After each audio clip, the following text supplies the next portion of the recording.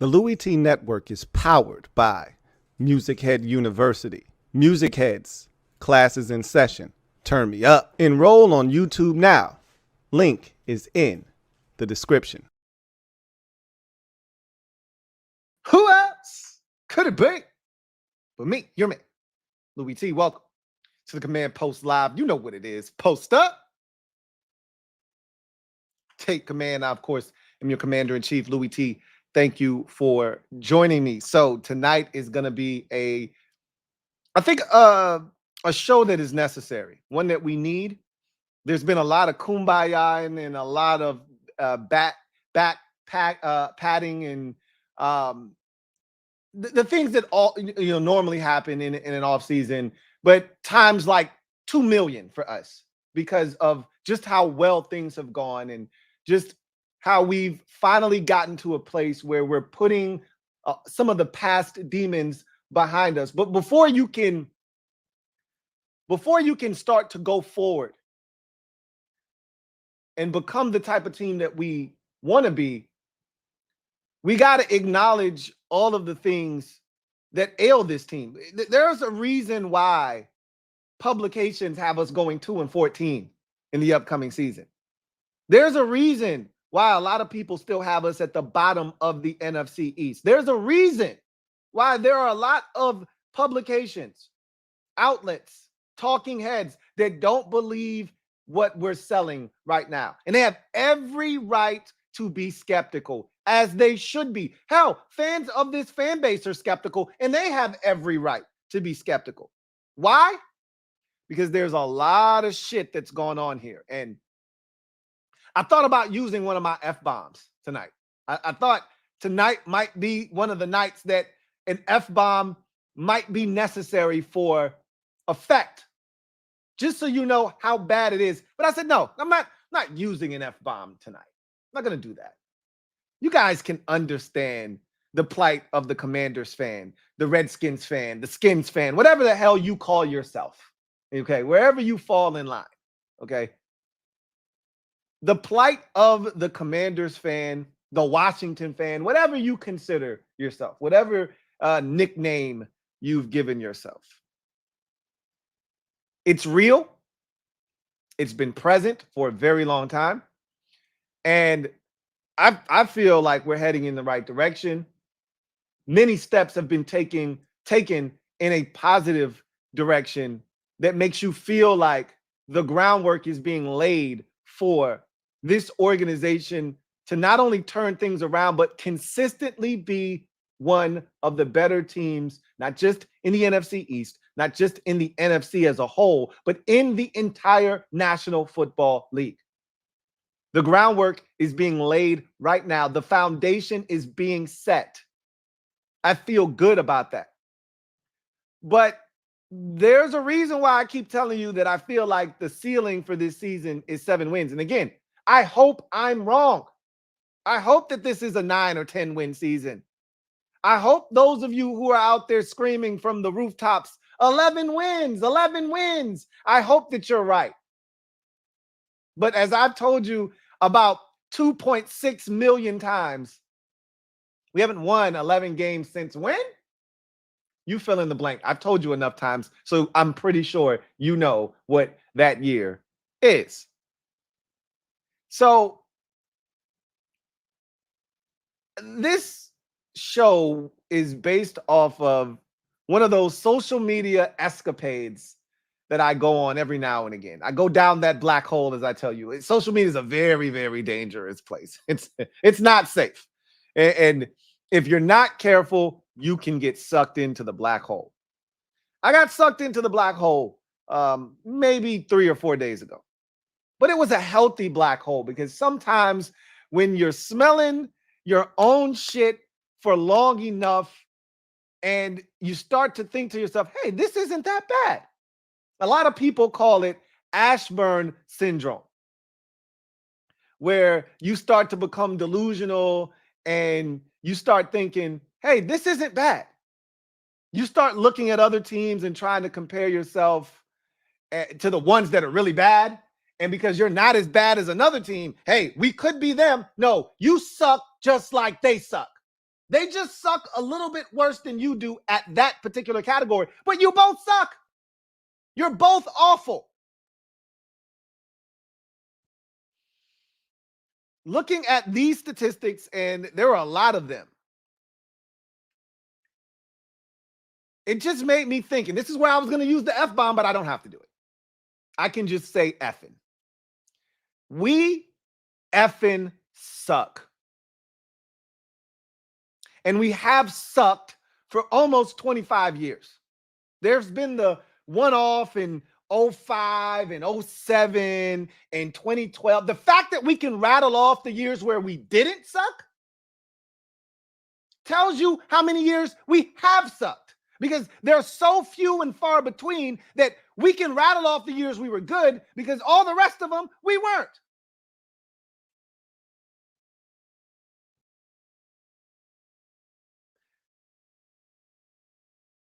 There's a reason why we went 3 or 4 and 13 last year. A lot of reasons, as a matter of fact. We've talked about a lot of them. And if things are to change, you have to change some of these things. Like these things aren't magically going to happen. Dan Quinn and his group face an uphill battle. The good thing is they got rid of a lot of guys that were here a part of the stink. Because it's hard to change a culture when you show up and there's 53 guys here and collectively they've put together an awful product for 7 to 8 years running. You know, maybe you switch out a few guys here and there, but it's been the same cast of characters the last 4 years, roughly. So them coming in here and now Washington having the highest rate of turnover of any team in the league is a good thing. Coaching staff, all of it. It's a great thing. But before we get to some of the shenanigans tonight, and I've got plenty of them, let's talk about some good stuff. Let's talk about some stuff that you've probably already heard others talk about. And that's the front office and the personnel staff and all of those different titles finally being crystallized. We're done now. We're finally done. Remember, every time a new move was made, I kept telling you, I don't think we're finished yet. I think there's more to come. Well, they're finally done.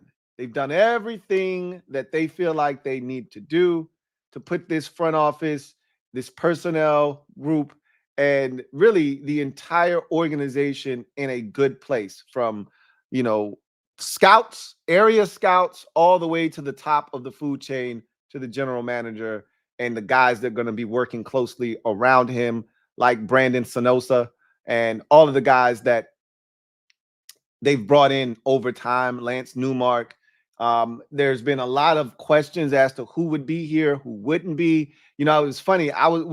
We were talking about episode 3 of the Commander's Log from season 3, right? And what was it? At the Top of the Pile or something like that, I think it was called. And we were watching some of the draft coverage. And I remember telling you guys, damn, that guy's not going to be here. That guy's not going to be here. Or that guy's already gone. And that guy's already gone. And I don't think that guy's going to be here. And I don't think that guy is going to be here. And one of those guys was Rob Rogers. I didn't think he'd make it because that was Ronald Rivera's right-hand man. And I didn't know if any of those guys were going to survive the purge. Well, let's take a look. We've seen a lot of names come through here this offseason that we've been really high on, that have come here with nothing but the utmost recommendations from their previous stop, right? So it got us excited about what was to come here in Washington. So let's take a look at everything that has been finalized in Loudoun County, Virginia, at Commanders Park for this organization as we move forward. So obviously, we know that our football operations starts at the top with Adam Peters as the general manager. We already know that Lance Newmark is going to be his assistant GM. So those things were already in place long ago, back in February. Some of the first, dominoes to fall were Adam Peters coming in here and him picking the people that he wanted to surround himself with, like Lance Newmark. We knew Mark Mayhew, and I told you guys this pretty early in the offseason. Mayhew was his boy from San Francisco. So we know this is a boys club, and you're gonna make sure your boy has a job. You're not gonna let him be out looking for work, right? So Mayhew was gonna be here. They were gonna create some sort of title for him and keep him on board. He thought very highly, spoke very highly of Mayhew when he was in San Francisco, and even when he got here. So there was no doubt in my mind Mayhew was gonna be here. And then when we watched episode 1 of Commander's Log from season 3, when Mayhew or when Peters was coming in here and being introduced, one of the guys he dapped up and hugged and embraced and was extremely happy that he was here and was happy to see him was Mark Mayhew. I said, okay, yeah, he's not going anywhere. So here are all of the titles of executive management in the football operations department. Adam Peters, general manager; Lance Newmark, assistant GM; Brandon Sonosa, a senior vice president, football operations. So that's a big title, because I think Rob Rogers used to be handling, a lot of those duties there and was the senior vice president of football operations. I could be wrong, but Sosna comes over from Detroit, and he is a guy that they trust, and he's going to be the guy really handling a lot of that stuff, I believe, now. Martin Mayhew, senior personnel executive advisor to the GM. Again, just create a position for your boy. All right. I don't even know what that means. I don't even know what he does. Doesn't matter. He's on staff, right? And then Doug Williams, senior advisor to the general manager. I've heard that that's an upgrade in title for Doug. Again, just give Doug a job. That's what this sounds like. But Doug has influence within that organization, especially with the players. He's well respected within the organization, and so just give him a job, right? Like, keep him around. Uncle Doug is always welcome here, and as long as everyone here understands the tradition and the history, Doug should always have a job as long as he wants one, right? So good to see him stomping with the big dogs, so to speak. Then you get to the football staff. All right. So we heard about a lot of these guys and gals throughout this process. A lot of them came over from different teams. Again, highly recommended. So Rob Rogers, the biggest surprise here. These are a bunch of names. We've talked about several of them coming over from different groups. Dylan Thompson, I think, was the most recent to come over. We talked about it when he got here. The biggest name here that was a bit surprising for me was Rob Rogers, because I thought he was going to be gone. Like, there aren't a lot of familiar names left in the building in any football support staff or executive position. A lot of those guys have been cleaned out. And Rob Rogers is here, and we were told he was very competent when he came. Like, one of the things that you have an opportunity to do when new management comes in is you have a chance to prove yourself. A lot of times, guys come in here, i.e. Adam Peters is the new general manager, and he's got an idea of what he wants to do and who he wants to bring on board. And so a lot of times, before you even get an opportunity to prove your worth, you're already fired, so to speak, or not brought back. You're already kind of floating in the wind, so to speak. But every so often, when a guy comes in, he's open-minded and he wants to see what's already here. And they're not going to fire anybody from the front office. They're not going to fire anybody from the scouting department, because you're too late in the game. When you get here in February or January, the draft is literally 3 to 4 months away. You don't have time to fire guys. to turn over an entire staff or scouting department. You don't have time for that. Everybody's been working, tirelessly for 7, 8 months at a time at that point, working on the draft, and you can't uproot all of that. So they have essentially 3 months or so, roughly, to prove to you that, hey, I'm good enough and I add value and I should remain here in some capacity. Rob Rogers took that opportunity and made the most of it. And obviously, he is proven to be worthy of being, back in Washington, a part of this staff in a capacity of vice president of football administration. So he proved his value and worth to Adam Peters, or else he wouldn't be here. So you see the list of names. Everyone's gotten their title now officially. You go down to the personnel department. We talked about Doug Williams and the senior advisor to the general manager title. So that's a promotion. All of these guys and gals that you see here were promoted with these opportunities. So Chris White, director of pro scouting, Sarah Seesbo, assistant to the general manager, DeJuan Jones. We talked about him. We talked about Jack Quigliero. We talked about a number of these individuals that came over from other teams, highly regarded, or came from Blesto, which is a scouting service that a lot of NFL teams use and things of that nature. So it's a group that they've put together that they think are going to help turn things around here in Washington. And all we can do is wait and see. But it's a great start, right?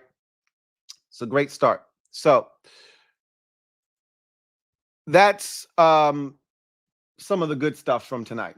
There's not going to be a lot of good stuff. Going to be a lot of bashing of this organization over the years. Again, has nothing to do with the people that are here now.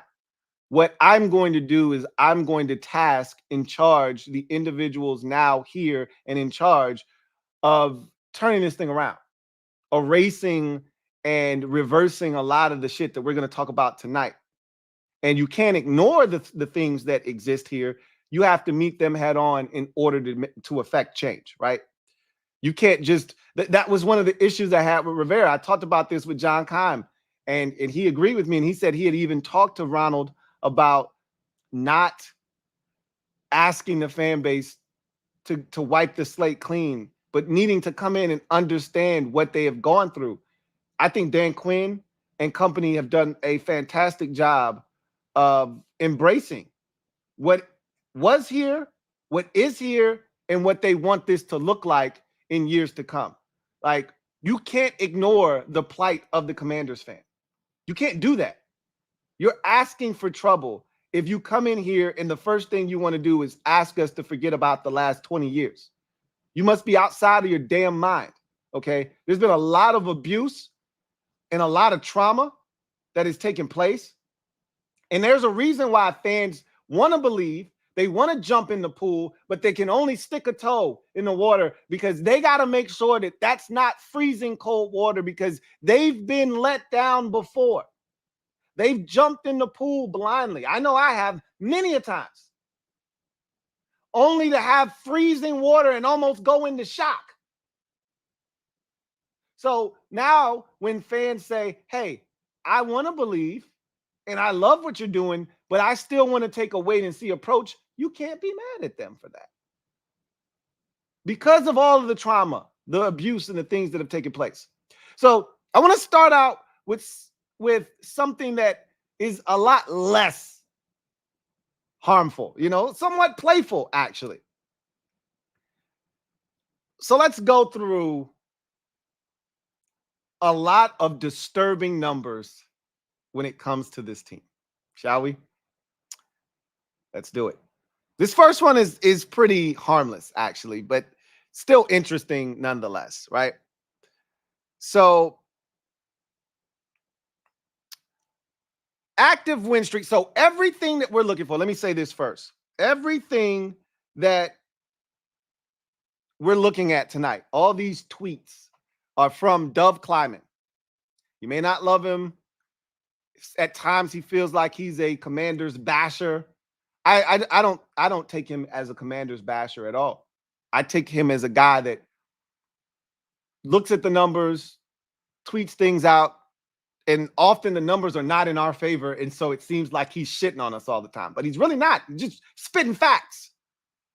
Stone cold, hardcore facts, and it makes us look like ass.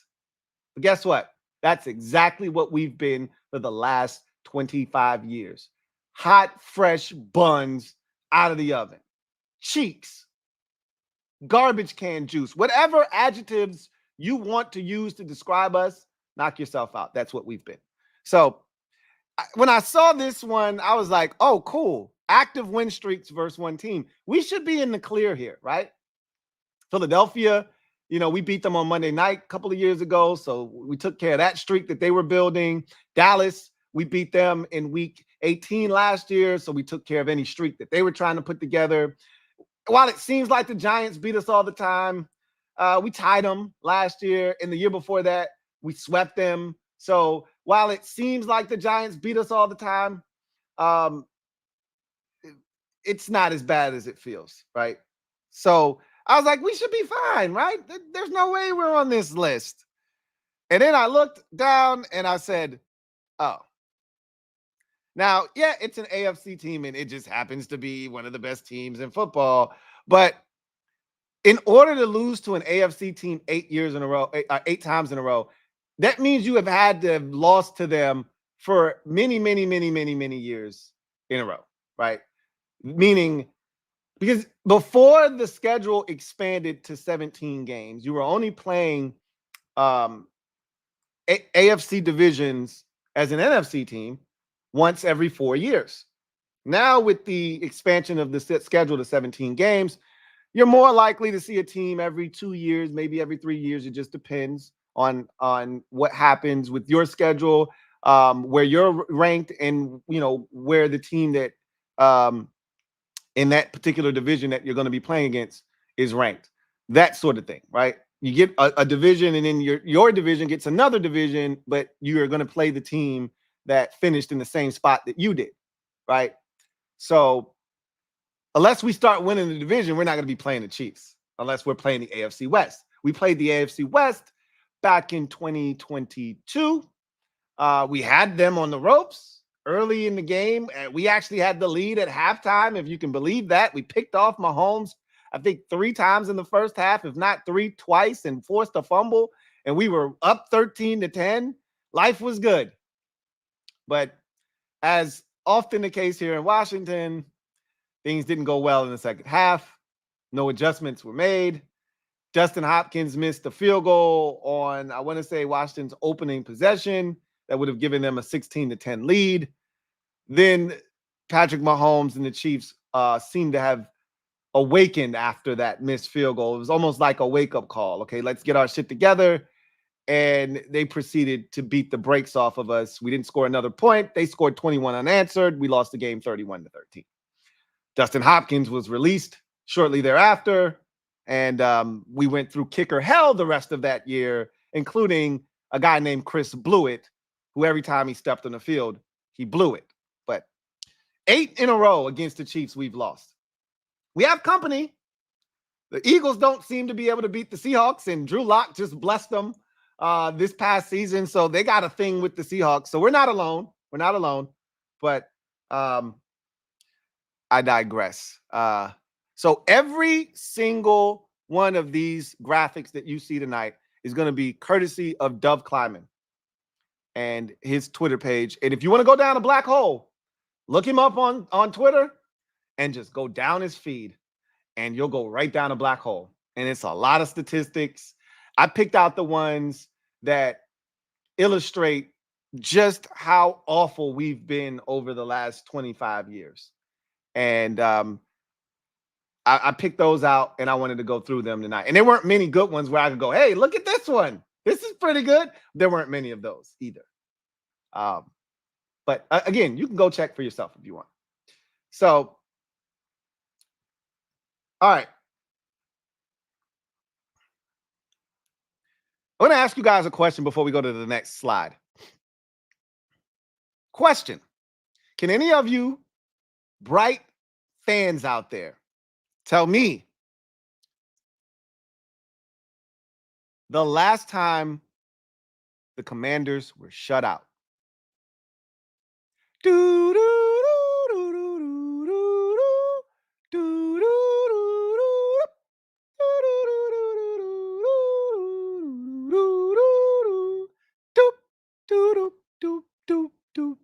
Go ahead, get those little fingers going as you look it up.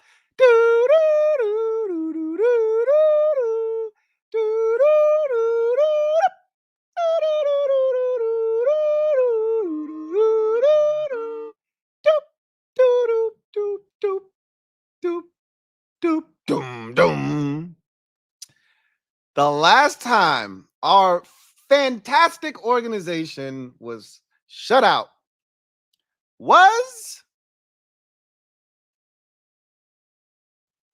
2019. 2019. So nobody got it right in the comment section. Do you remember? So clearly nobody remembers the game. I do. Do you remember the game? Since I've narrowed it down to 2019, you're going to figure it out now. So I'll just go ahead and I'll tell you. It's one of those games that's, look, first of all, 2019, the entire season is forgettable. So if you didn't get 2019, I don't blame you. It's one of the worst seasons in franchise history. And I've been through a lot of terrible seasons as a fan. Most of the 90s, after Joe Gibbs 1.0 ended, most of the 90s was awful, okay? Most of the 90s was terrible. The very next year after Gibbs retired in 93, we were terrible. 94 with Heath Schuler as the quarterback, Norv Turner's first year, we were awful. 95, awful, okay? So, like, the 90s were very lean years. And I think 19 might have been the worst. 2013 was pretty damn bad too, right? Anyway, 2019, we were shut out by, if you said the San Francisco 49ers, you would be correct. So you're going to remember the game when I tell it to you. It was the Kyle Shanahan back in Washington. This one's for dad.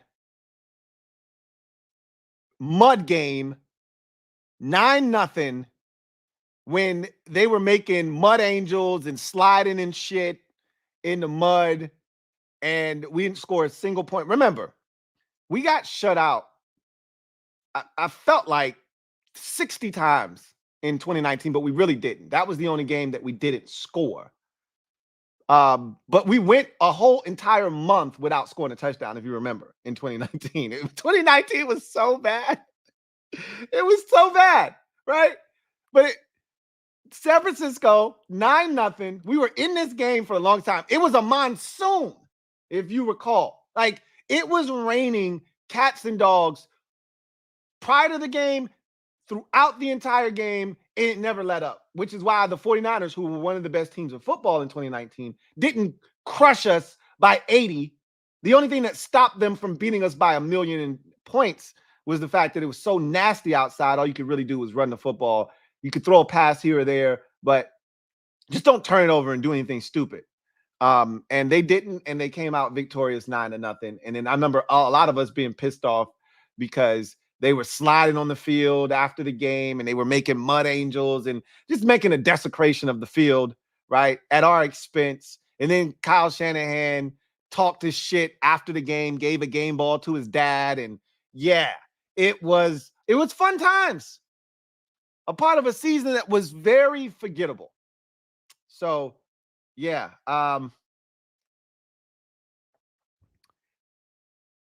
2019. One to forget. So let's get to the next category. And we're still in the pseudo not too bad category. Like, this isn't the hurtful shit as a fan. This doesn't dredge up, although this one kind of does dredge up some some tough memories here, right? So we go on to the next one. Winning percentage on Monday Night Football since 2010. I want you to scan this list and see if you can find the good guys and see where we are. Yeah. So we're not first. We don't have the best win percentage. That would belong to the Pittsburgh Steelers. I know a lot of Steelers fans who don't love Mike Tomlin and don't want him as their coach. And I was like, hey, you don't want him? I'll take him. We could use some of that bad coaching that you guys have. So we're not at the top. We're not second. Let's just go down a little bit because, we're probably not going to be in the top 10. So the green is really good. Let's kind of go down the green. Not in the green, right? It's turning white. Raiders are 7-7. They're right in the middle of the pack at 16. Let's go to it's turning pink. This isn't pretty good. And as you get further down and it starts to turn a little red, it's really bad. So the Chargers are 8-11. Yeah, 41% win percentage. Let's go down a little bit more. I still don't see us. 21st, the Rams are 5-10, 35%. Yeah, yuck. I still don't see us. Haven't run into that W yet. Let's scan it some more. And go down a little bit more. The Jets are 6-12. Ouch. 31%. That's 18 games they've been on Monday Night Football, and they've only won 6. Wowzers. Still don't see us though. Huh? Yeah. Go down some more. Oh, there we are. 31st in the league. There we are. 17 appearances on Monday Night Football since 2010, and we've only won 4 of them. 4 of them. 23%. Only one team is worse than us on Monday Night Football. And you want to know why we don't get nice things? Why they don't invite us anywhere? Look, I've said this as many times as I can say it. It doesn't matter how bad we suck. We're supposed to be on national television because of the brand that we're supposed to be. Look at the Giants percentage. They're 7-16. They've been on, look, the Giants have been asked just as much as we have been over the last 2010, 14 years. Sure, there's, a Super Bowl in there. Who's counting that, right? Who's keeping score of that stuff? However, they've been asked just as much as we have, for the most part. Okay? For the most part. When the Giants are really good, they're usually really, really, really good, like almost Super Bowl good. But when they're asked, they're just as bad as we are. Yet, the Giants have been on Monday Night Football 23 times. Look at their win percentage. They're garbage, just like us. Except they've played on Monday Night Football 7 more times. Look at Dallas. They've been on Monday Night Football 15 times. Less than us over the last decade. You want to know why? Because they're always on Sunday Night Football. That's where the big boys get invited. You get a seat at the big table, right? They don't need a booster seat. Thursday Night Football is the booster chair. Like, that's for the little kiddies. You send all the little kiddies who aren't real contender. You send them, everybody gets a Thursday night game. You get a Thursday night game, and you get a Thursday night game, and you get it. Unless you're super garbage, like Carolina was last year, and they say, you don't get shit. We'll put you on at a time that's not technically prime time because we don't want to subject our audience to your foolishness. It's rare that the NFL does that, though. Everybody usually gets a prime timer, usually gets a Thursday nighter. But the real litmus test, if we're going to put you on the big boy stage, which is Sunday night, is how are you faring on Monday night? Because if you embarrass yourself, if you soil yourself on Monday night, we probably don't need to put you at the adults table on Sunday night because that's where the big boys play. And, we're not going to put you up there against the Tennessee Titans on a Sunday night. Hell no. Okay. We put you on Sunday night. You're playing against somebody good. Okay, you're playing against Dallas. You're playing against Philadelphia. You're going to be playing against one of the upper echelon teams, Green Bay, San Francisco. You're going to play somebody good. And if you're not good enough to hold up your end of the bargain, it's going to be a lopsided ass whooping. Hell, even the Chicago Bears, where are they on this list? 14-9, the Bears are since 2010. 23 times. The Bears have been asked, and a lot of people love to compare the Bears to us. I don't know why. We've already gone through this exercise. Jay Cutler was their starting quarterback for 8 years. You can't compare us to the Bears. They went to a Super Bowl with Rex Grossman. We had that same Rex Grossman, and we were trash can juice. Don't compare us to the Bears. They've been to a Super Bowl. They've been to the NFC Championship game in the last 25 years. We're closer to the Browns. Closer to the Browns than we are the Bears. And even the Browns has had some postseason success. Hell, the Cleveland Browns head coach has won head coach of the year twice in the last 4 years. Don't compare us to the Browns either. We're in a shitty class of our own. So, this is why we don't get nice things on primetime. So when we open up the schedule for the first time, and you look and we've only got 2 primetime games, this is why. They gave us a shot last year. They said, hey, we're going to throw you an alley, man. All you got to do is dunk the bitch, okay? We're giving you the winless 0-4 Chicago Bears. They haven't won a game since 1986. You're at the crib. They're stinking it up, right? Half of their entire secondary is injured. All you got to do, I'm throwing you the alley. All you got to do is dunk the bitch. What do we do? What do we do?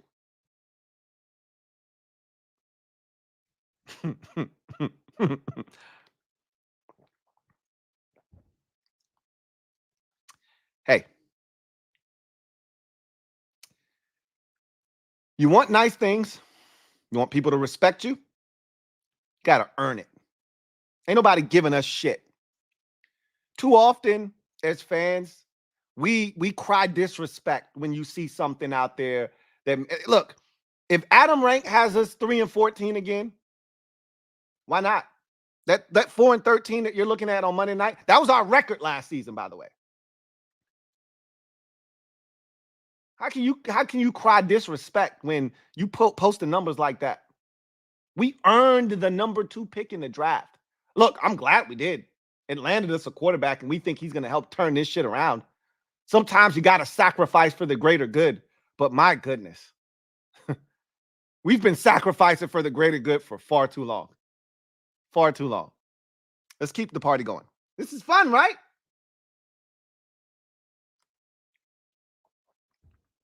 Perfect segue. I just talked about the quarterback position, right? 400-yard passing games since 2020. I want you to scan this list, see if you can find the old good guys.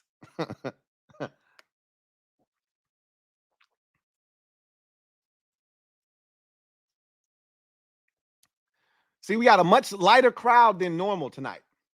I must have scared them away when I told them this wasn't going to be a cheerleading fest. Oh, Louie, you're too negative. This is why I stopped watching your channel, because all you do is talk shit about the team. Go sit your dumb ass down somewhere. This one ain't for you. Or maybe my channel not for you. And as I always tell y'all, if I'm not talking to you, I'm not talking to you. You know who I'm talking to. If the shoe fits, wear it. Most of y'all are just like me. You got thin skin. You've been rooting for this team long enough to know better and know right from wrong and understand that a lot of the shit that happens to us, a lot of shit that's said about us, we earned it. So y'all ain't running. There's a lot of cheerleaders out there. Oh, Louie, you're so negative. You don't like it? There's a wise man once said, you looking for mercy? Take your ass to church.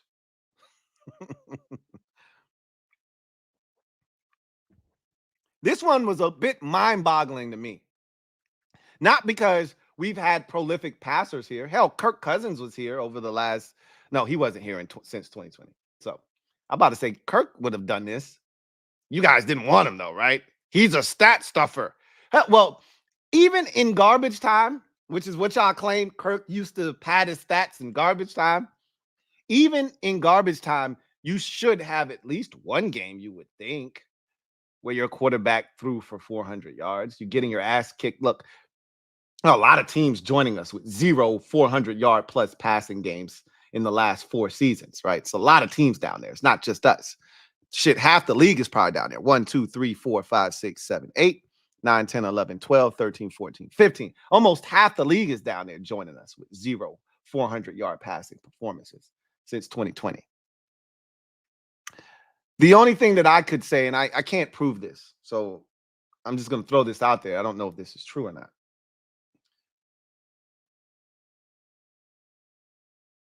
I doubt that those teams on the list with us at 0 have gotten their asses whooped as many times as we have. This is why I said don't compare us to anybody else. A lot of teams haven't taken the sheer beating that we've taken here of late, and really over the last 25 years. We've had, look, we haven't had that 0-16 season like the Browns have had, which is why I said the Browns are the closest thing to us. But even they've had more success than we have. Browns have been to the second round of the playoffs. Playoffs? 4 years ago, the Browns made it to the second round of the playoffs and almost beat the Kansas City Chiefs and made it to the AFC Championship game. Yeah, they did that. We'll talk more about that a little bit later on. But when you get your ass whooped as often as we do, we gave up 40 points, it felt like 5 times last year, it felt like. I stopped counting after a while. You get 40 put on your head as many times as we did. And trust me, it could have been worse. Teams like the Dolphins took their foot off the gas pedal and showed us mercy. Once they saw where the game was heading and they said, yeah, okay, we've done enough here. They're done. We've beat their corpse lifeless. Let's take our starters out. Let's get out of here. We don't need to inflict any more pain or punishment. I don't remember the Dolphins scoring 40. I think they might have stopped at like 38. They could have scored 70 if they wanted to in that game. Maybe they made it to 40. It felt like they scored 40. I don't know where they stopped. After the second Tyreek Hill touchdown where he raised his hand as he was running past our entire defense, I stopped counting the points at that juncture of the game.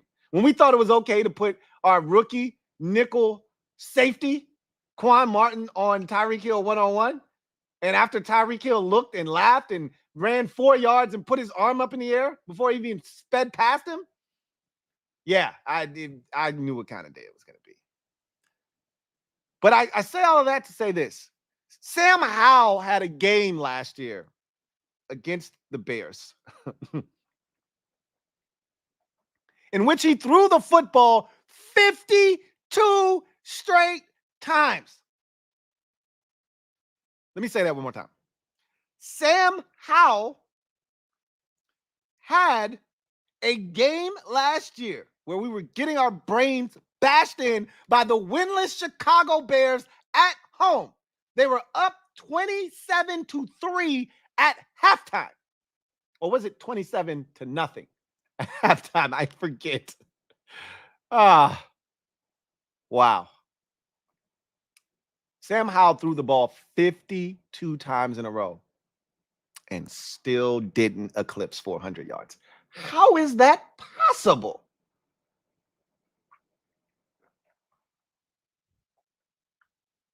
How is that possible? When you give up the amount of points we've given up over the last 3 or 4 years, and there's been some ass kicking, especially last year.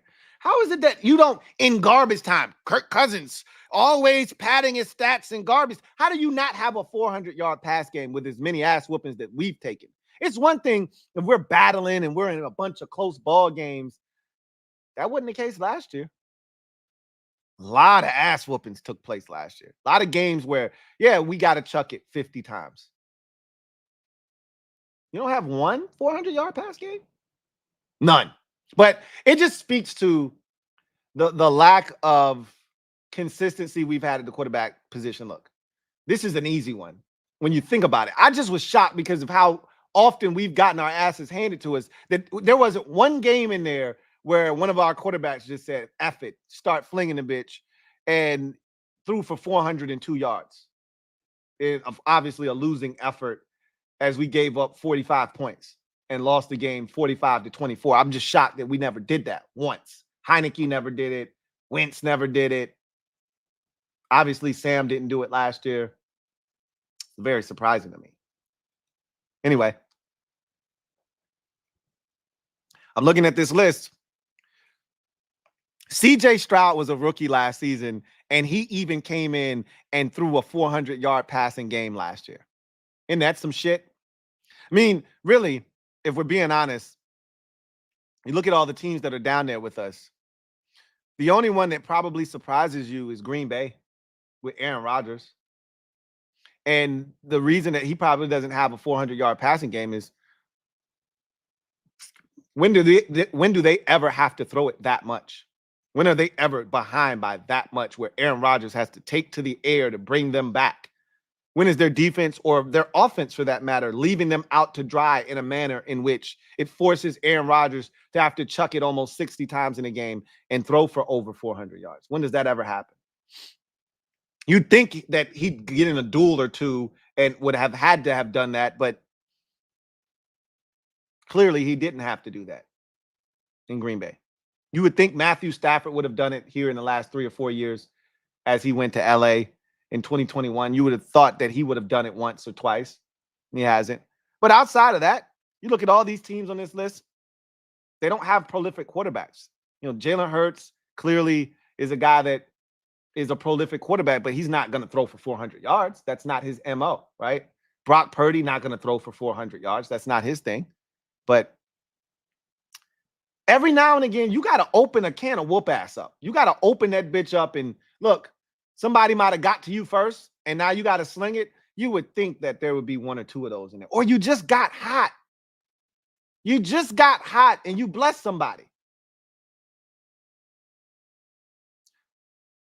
Here's to hoping that we're gonna get hot and bless somebody, or if need be, CJ Stroud's 400-yard game, I guarantee you came in an effort where he had to bring his team back, and he was out dueling either Baker Mayfield in that shootout against the Bucs or Joe Burrow in the jungle where he led his team to a victory. It's one of those games, I bet. Sometimes you just got to take it there.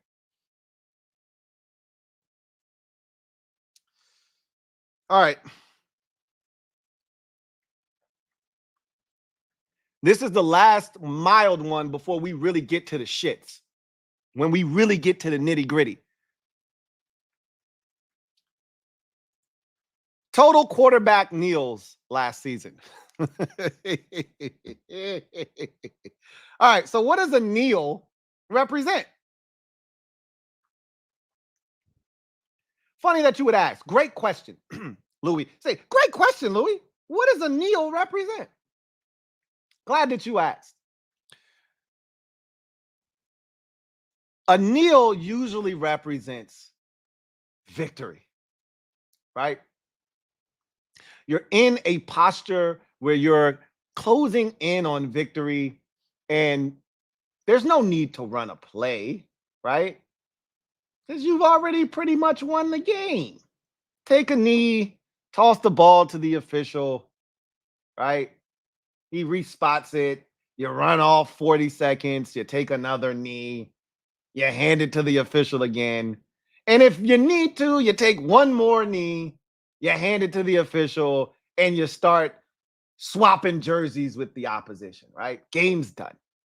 It's nothing better, right, than getting that last play right before the 2-minute warning. If you get this first down, the game's over because the other team doesn't have any timeouts left.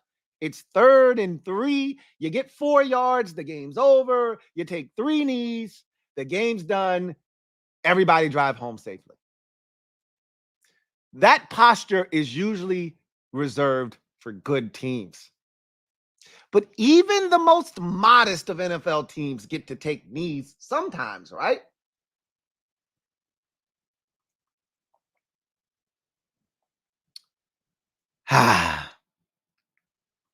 Let's find our guys on this list. Let's see where we are.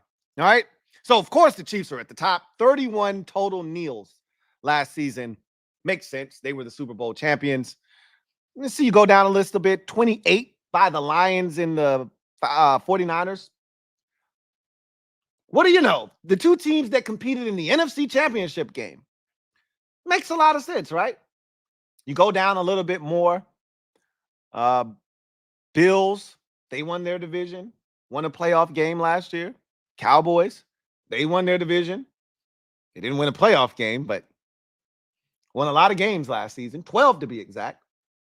Saints, that's pretty odd that they have 23 kneels last year, considering that they didn't make the playoffs. But hey, when you're in a position to win, guess what you get to do? Take a knee. Steelers, they made the playoffs last year, 22 kneels. Bucks, they made the playoffs last year, so they got to take quite a few knees. Go down the list a little bit more. We find the Jaguars. They started out hot last year, pissed away their lead in the division, and actually missed the playoffs. But you know what? They took 18 kneels last year, quite a few there. Denver, pretty surprising, you would think, right? But remember, Denver started the season off 0-5. And by the time we got to like week 14, Denver was on like a 6-game winning streak, and they were right back in the midst of the playoff chase. They were like 6-7, and they were right there, right? So Denver took some knees last year. How about the Dolphins? Playoff team. Bengals took some knees probably before Joe Burrow got hurt. Probably took a few more after he got hurt. Packers, Jordan Love, won some games last year, made the playoffs. Go down to 15. Titans, they were pretty ass last year. Even they took some knees last year, 15 of them.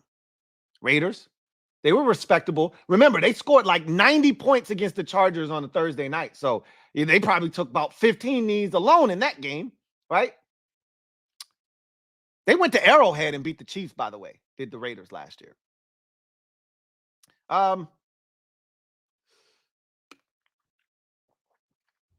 Ravens took 14 knees.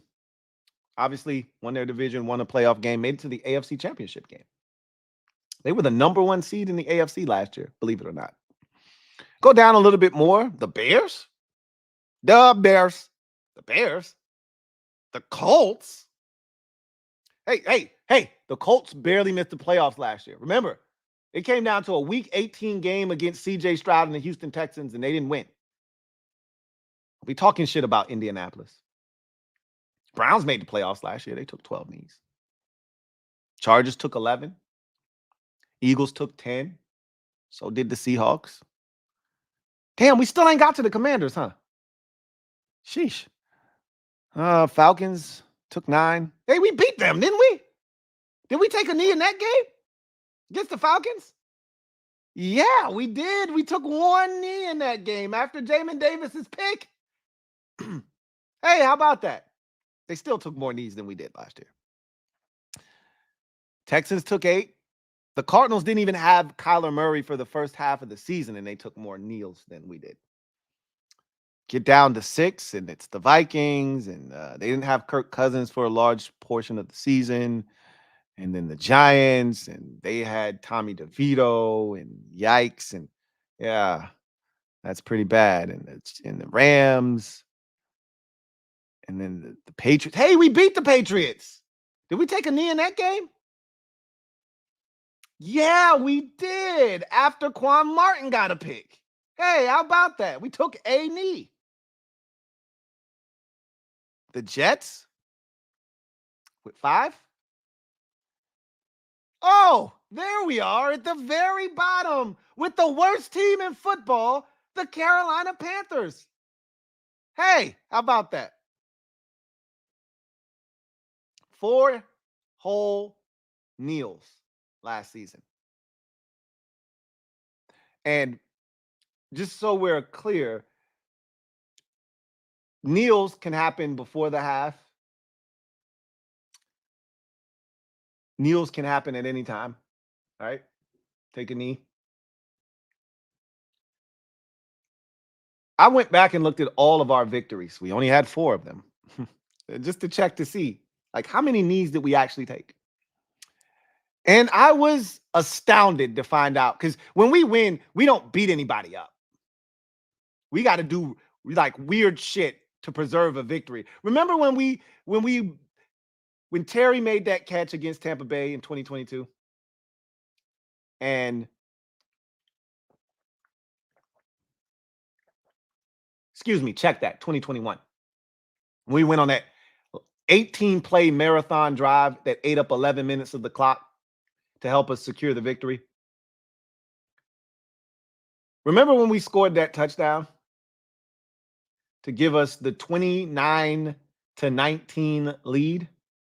And I wanted us to kick the extra point because I know this sounds dumb, but we never scored 30.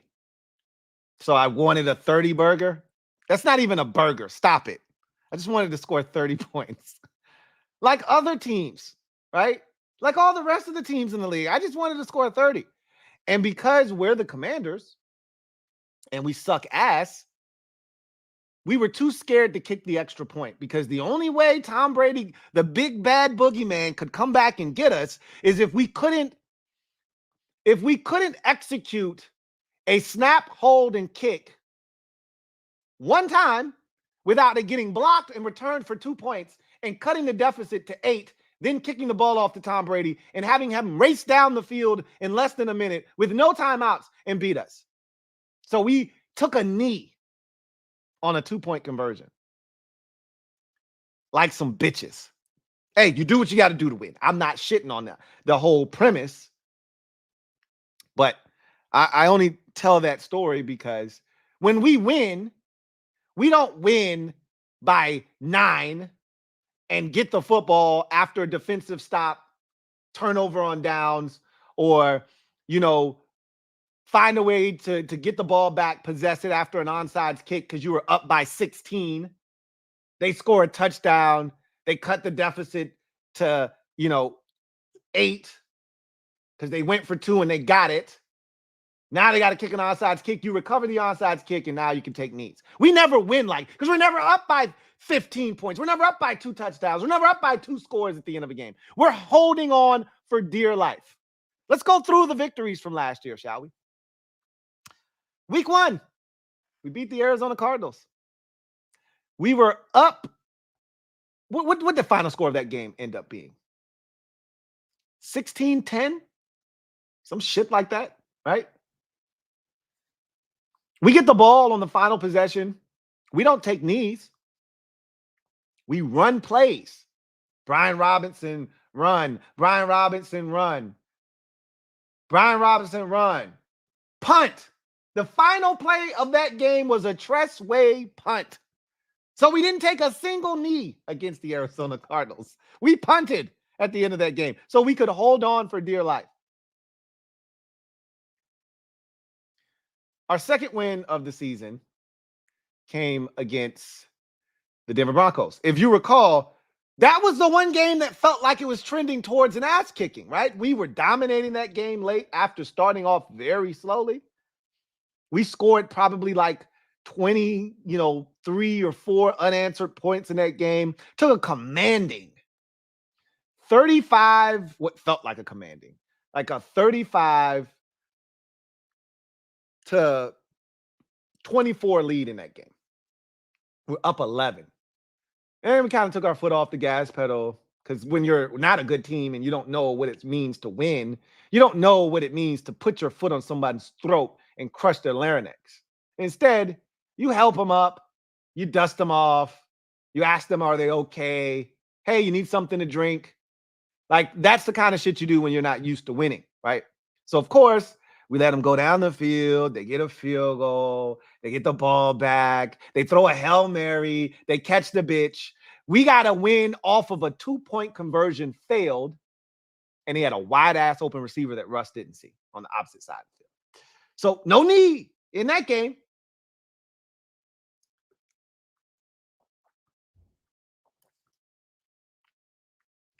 Then you've got the win against the Falcons. Already talked about that one. Got the Jamin Davis pick late in that game, and you took 1 knee. to preserve that victory. And then you got a pick against the Patriots for your fourth and final victory of the season. And you took one knee after that pick by Quan Martin to put that game away. So the other two knees came in, end of half type situations, not even victory formation kneels. We're pathetic. That's what we are. We're pathetic. When you're sharing a category with the Carolina Panthers, generally it's not a good thing. It's usually not a good thing.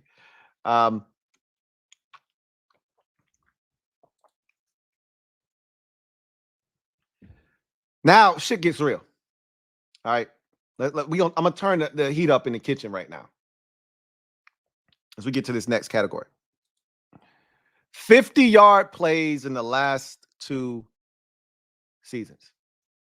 So I've been adamant that we lack explosive plays. And explosive plays can come in a multitude of ways. And there's different definitions for explosive plays. Usually anything over 20 yards, teams chart that as an explosive play. Some teams, it's 15 yards,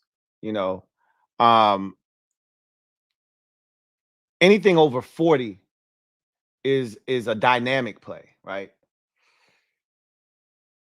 But the 50-yarders, those are game changers because those happen lightning quick. 3 plays, 72 yards, 58 touchdown.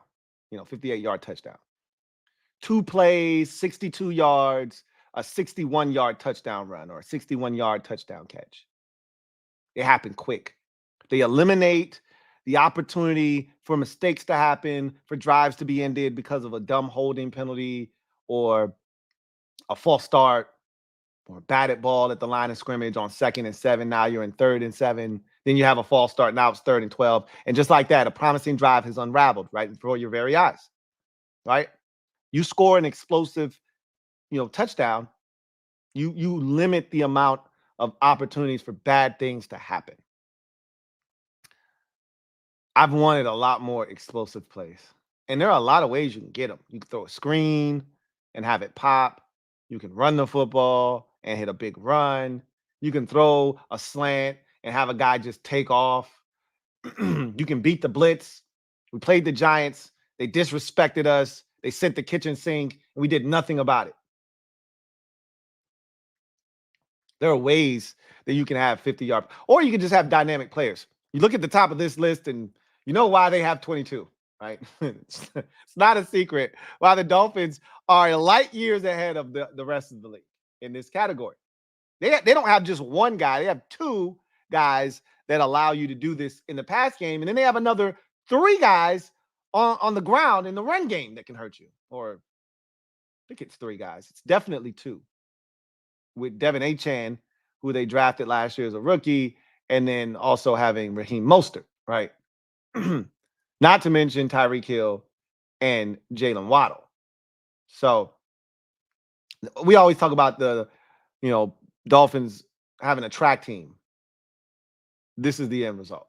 But a lot of the damage is being done by Tyreek Hill. But don't you slight those running backs, and don't you slight Jalen Waddle either.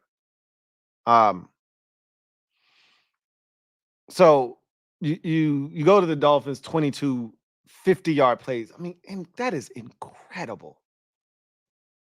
50-yard plus plays. They have 22 of them in the last 2 seasons.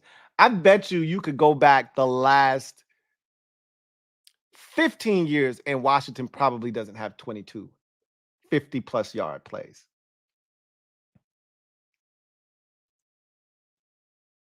Deshaun Jackson, you take away Deshaun Jackson and the Tanner Man. I bet you could go back to 2000 if you take away Santana Moss and Deshaun Jackson. You take those 2 guys away, and you might not have 22. You still got Albert Connell in that was 99. I said 25 years. I don't even know if 99 would count. I mean, and then you got Pierre Garçon at the one against the Saints, the Griffining play, right? But most of the big balls that we've had, most of the explosive 50-yard plays we've had in the last decade have been Deshaun Jackson aided for the most part. I can't even tell you what the five that we have. I'm trying to think. I can't even think about one of them in the last 2 seasons. I'm gonna try to rack my brain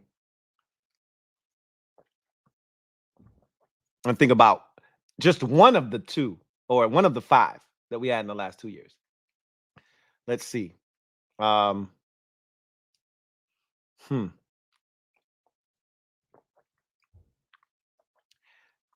don't think that Curtis Samuel down screen set by the official against the Vikings. Was that 50 yards? I'm not sure if that was 50 yards. You know, Taylor Heineke can't throw it that far. So I don't know if that was 50 yards or not. That doesn't feel like 50 yards.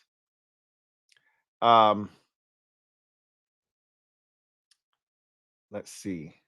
And it might not even be a touchdown. I'm thinking like Antonio Gibson had a catch and run against the Colts that got us down inside like the 10-yard line.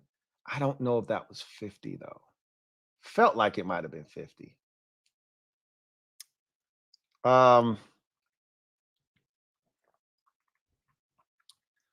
Yikes.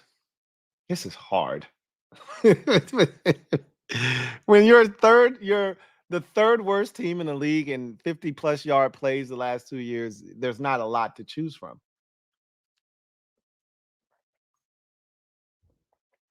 John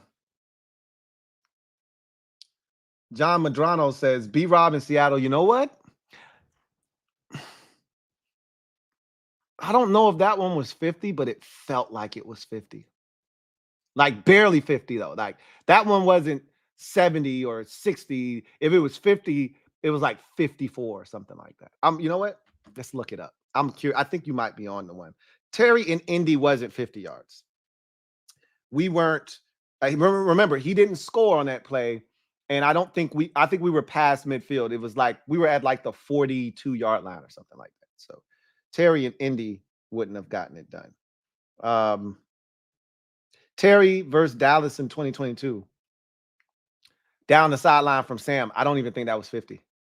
To be honest with you, I don't even think that was 50. I think that was like, it could have been. I'm going to look it up. All right. Now, Terry against the Jags wasn't 50. I remember that one. That was 40-something. Diami versus the Titans, his first one, I think, was 50. The second one was 30-something because he had 3 catches for 102 yards or something like that. The first one was like 60-something, I think, though. I'm going to look it up. Diami, you know what? Let's see. Let's look this stuff up. All right.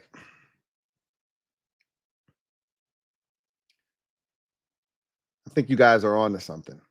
You know, I go down a rabbit hole fast. All right. So what are we talking here? Let's see. Let's go with 2022. I think most of these came in 2022. All right. So y'all claim the Jacksonville game. I'm telling you, none of those were none of those are going to be. So Terry's catch was 49 yards. 49 yards in that Jaguars game for the touchdown. I told you it wasn't a 50-yarder. I remember it wasn't 50. All right. So it wasn't that game. All right. Let's see. Keep going that. See, okay, Diami in 2022. Let's check that one. See what Diami. I'm pretty sure Diami had one that year in that one. I'm 99% confident. 75 yards Diami was on one of his touchdowns. It was 2 catches for 105. I knew the second one wasn't a long one. So Diami is one of them. Good call. Who had that one? Good call, loser.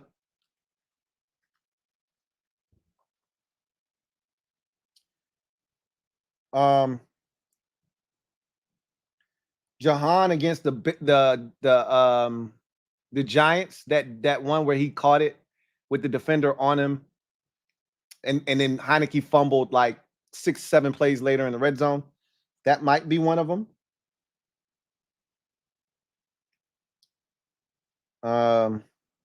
So just so y'all know, I'm gonna go check the Indy game with Terry. I'm pretty sure that one was not.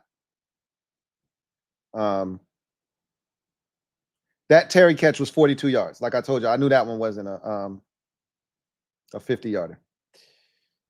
I think that Curtis Samuel one against Minnesota in 2022 might have been, though, when he got up and ran after nobody touched him and rolled into the end zone. Oh, it was 49 yards. It was 49. It was 49. It just ended up short. All right. Let's see. No. All right. Let's go to the Giants game, the second one in 2022. Yep, that Jahan Dotson one from Heineke was 61 yards. So how many? That's 3 right there, right? We got the Diami play, or is that just 1 or 2 rather? Felt like we had another one. Let me go back and look. Yeah, no, we just had 1 before that, so it's 2 now. Diami and Jahan. And then y'all talked about that Terry play from Howell in the week 18 game against Dallas. Let's check that one. Yep, that one is who was that? That was a good pull. Door gunner, that was a good pull. That was 52 yards on that diving catch down the sideline from Terry, from Howell to Terry. So that's 3 of them right there. Then I'm assuming that Seattle catch for B-Rob this past year down the sideline is one of them. Let's check this Denver game because we had a lot of explosive plays. I don't think any of them, just a lot of explosive plays. Bates had a 35-yarder. Gibson had a 36-yarder. Terry had a 30-yard touchdown grab. We had a lot of explosive plays. Boy, those were the good old days. That week 2 game, I thought this offense is about to be crazy. Let's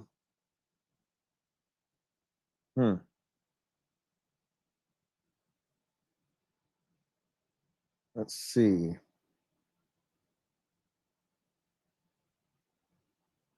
I think Terry might have had a 50-yarder against the Giants in that 14-7 at the end of that third quarter when he threw that bomb to him. Let's see how long that one was. Nope, that one was only 31 yards. Nope. All right. Howell almost threw for 400. He had a 397 game against the Eagles the second time.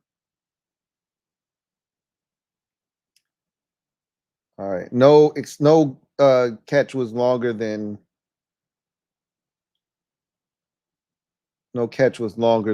26 yards in that game.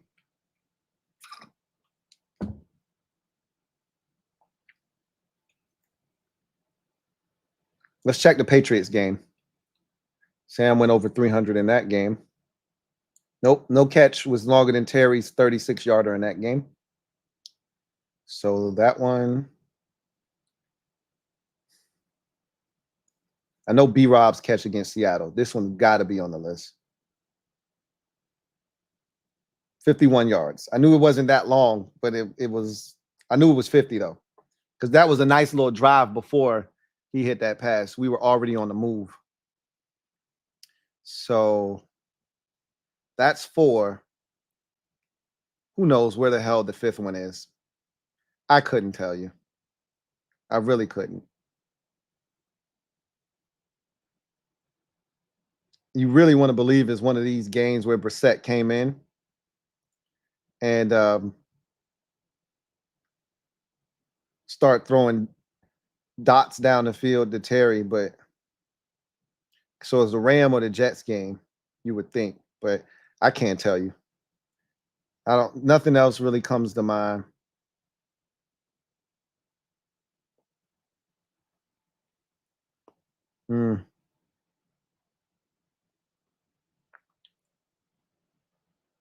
Terry had a 48-yarder in that game against the Rams, so he just fell short on one of those touchdown passes from Brissett. Brissett came in. He ain't have enough yards in his Jets game when he came in, start throwing dots. So I know it ain't no long one in there. No, it ain't no long one in that one. And somebody said 2022 Monday night game. That Terry touchdown wasn't that long, though. That one y'all talking about. That Terry touchdown probably was like 30-something yards. I'm about to check, though. It was 41 yards. I knew it wasn't 50, though. That fade that he caught in the end zone. Or that one wasn't in the end zone, I don't think.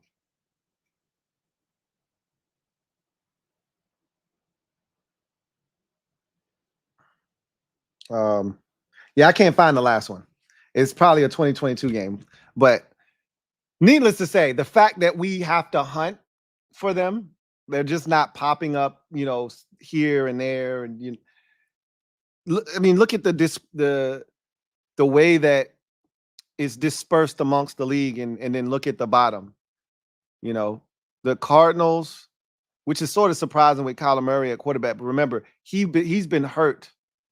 The last 2 years, he was hurt in the back end of 2022, and then he missed the first half of 2023. So that's going to hurt them from an explosive standpoint.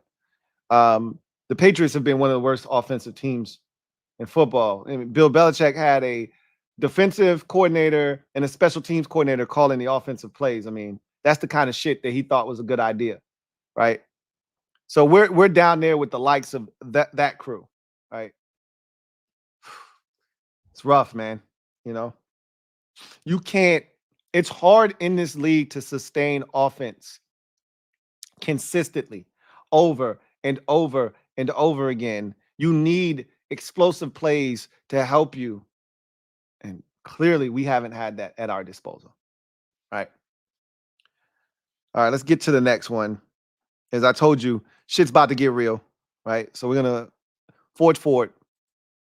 Turnover differential the last 2 seasons. And man, if you tell me the thing that I am most excited about, that I think they can immediately come in this season and affect change and have us win 2 or 3 more ball games than you would expect, it's this statistic right here. And this is usually the biggest indicator of wins and losses in the NFL. Every week when I give you my keys to the game, or anywhere else you go for keys to the game, obviously somebody's going to say something about turnovers, whether it's win the turnover battle, or, break even in the turnover battle, or, don't turn it over, right? How about you generate some turnovers? You remember how many times last year, or the year before that, or the year before, I would beg for turnover. Like, hey, look, I'm not even asking for you to win the turnover battle. Just get us a turnover, right? We might turn it over twice. Get us 1. And maybe that'll be the difference in the game. A lot of times I would just say, hey, just don't turn it over, because I know we're not creating shit. We're not creating no damn turnovers. So we can't afford to turn it over, because we know damn well the defense ain't creating shit. Remember turnover Thursdays with old JDR, old dust up Jack? Turnover Thursdays. We won't punching shit out. We won't rally into the football. We weren't tipping passes. We weren't in the right place at the right time. What the hell was turnover Thursdays actually doing anyway? I couldn't tell you. Let's find our guys on this chart. Why don't we? Let's find the good guys.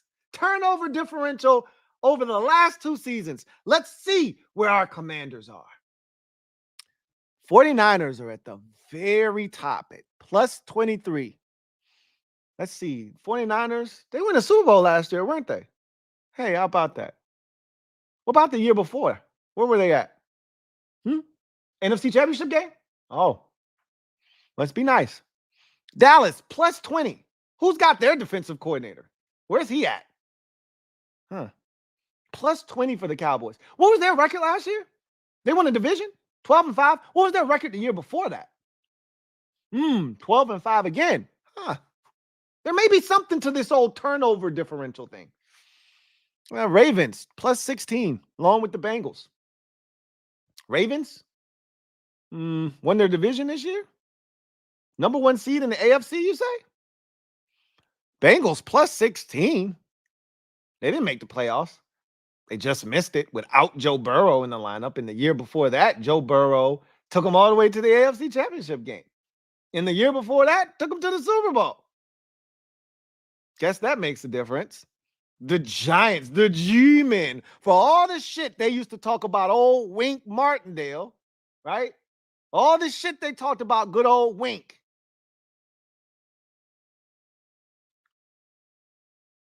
Plus 15 for the Giants. No excuse for them to be as sorry as they've been.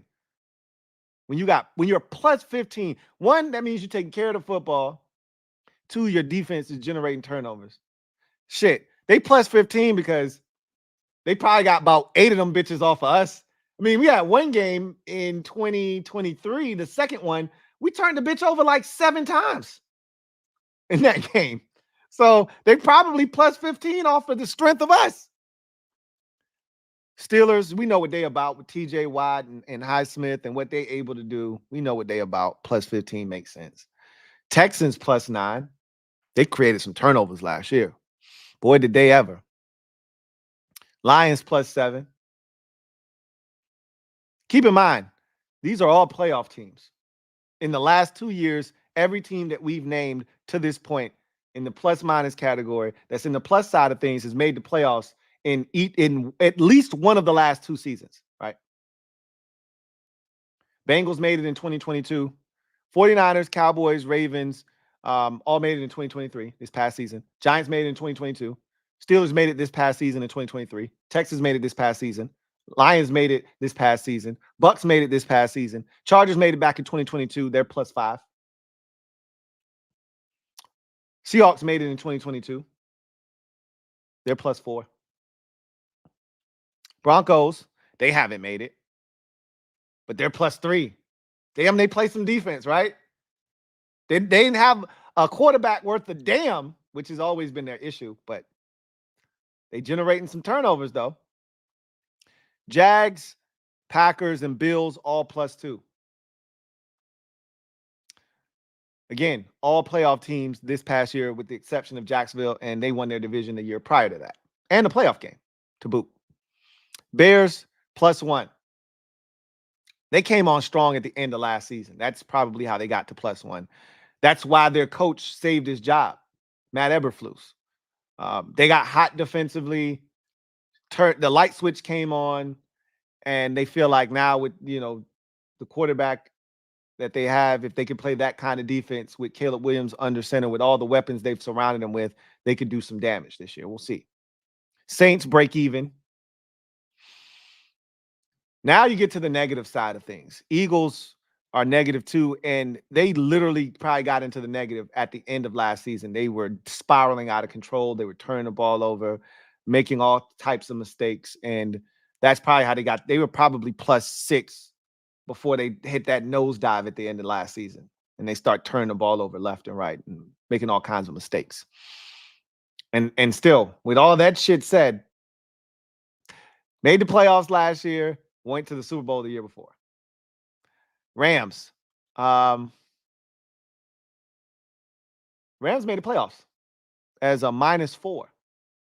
Rams made the playoffs. And a lot of their damage, I guarantee you this, a lot of their damage came from the year prior in 2022 when they were awful. Awful. Patriots -4. Dolphins -5. Cardinals, and again, you're still talking about a playoff team in the Dolphins, overcoming -5. -6 for the Cardinals. -9. Okay, now we're getting into dangerous territory. Now you're talking about you're almost at double digits in the negative category. So now you're getting to what is supposed to be the bad teams in the league. All right, now you're hitting somewhere where you don't want to be. Let's take a look at this. Titans at -9. Titans missed the playoffs each of the last 2 years. They collapsed in 2022, though. They started the season off 7-3 and then collapsed. Raiders, Vikings, Browns, all -10.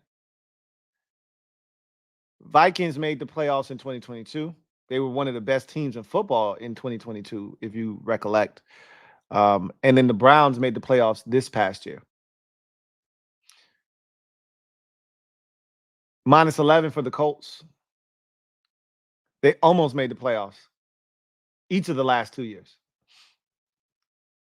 What about let me back up. They almost made the playoffs in 21.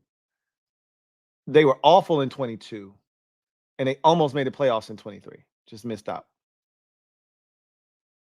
Jets at -13.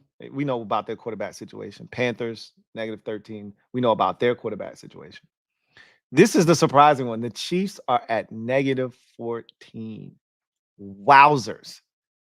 And that's crazy because their defense generates turnovers, especially last year in particular when the defense literally carried the offense. But I don't remember Mahomes and that offense being like a turnover machine. For them to be -14, that is crazy. But it just goes to show you the brilliance of one Patrick Mahomes to be able to overcome that. Because Mahomes throws interceptions now. So he's not one of these Aaron Rodgers dudes that's 32 touchdowns, 4 interceptions, like Tom Brady used to be. You know, Tom Brady was always one that would chuck it out of bounds, not throw the interception. Aaron Rodgers, he'll take the sack before he takes the interception. Patrick Mahomes will throw the interception before he takes the sack, right? He's trying to make some shit happen. So, matter of fact, I bet you Mahomes had double-digit interceptions probably each of the last 2 years, if I had to guess. Let's go look up Patrick Mahomes and his statistics. So Mahomes, each of the last 3 years, has thrown double-digit interceptions. He had 14 interceptions last year, 12 the year before that. So that's 26 total interceptions in this 2-year span that we're talking about. And he had 13 in 2021. So he's going to throw interceptions, but he's going to also throw a bunch of touchdown passes too. Last year, it was a little bit different because in 2022, he had 41 touchdowns with 12 interceptions. You'll take that. Last year, it's only 27 touchdowns, 14 interceptions. Remember, the offense was trash. Okay, trash is a relative term. The offense was trash for their standards. The defense is why they won the Super Bowl last year. But it's still Patrick Mahomes. So they were able to overcome it. Falcons, -16. We know why they were -16. Desmond Ridder was a turnover machine last year. That's how we beat him. He threw 3 picks in that game. Jamin Davis never catches a pick. Benjamin St-Juste couldn't catch a pick if you ran up and handed it to him, and that's essentially what Desmond Ridder did. That's the only way that Benjamin St-Juste has a pick in his NFL career. He literally threw him a lob job. Desmond Ridder stinks. And then, look, what do you know? There we are. All the way at the very bottom, the very worst team in the turnover differential the last 2 seasons. The biggest difference with a team like the Chiefs, they score points. They can overcome a 3-4 turnover game because they score points. If we win, we're winning by the narrowest of margins. 17-15, 20-16, 20-17, 17-13. That's the type of shit we on. So if you dare think you're going to have 2 turnovers and not get any back, you think you're going to eke out a victory? when you only scored 20 points or 17 points? Yeah, right.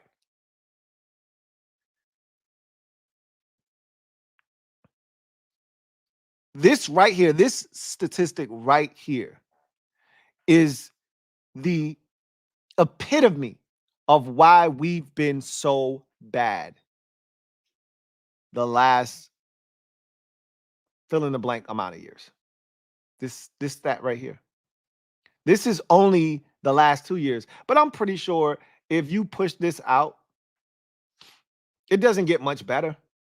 We're still going to be one of the worst. We might not be the absolute worst as you go further back, but we're still going to be one of the worst teams in football, if not the worst.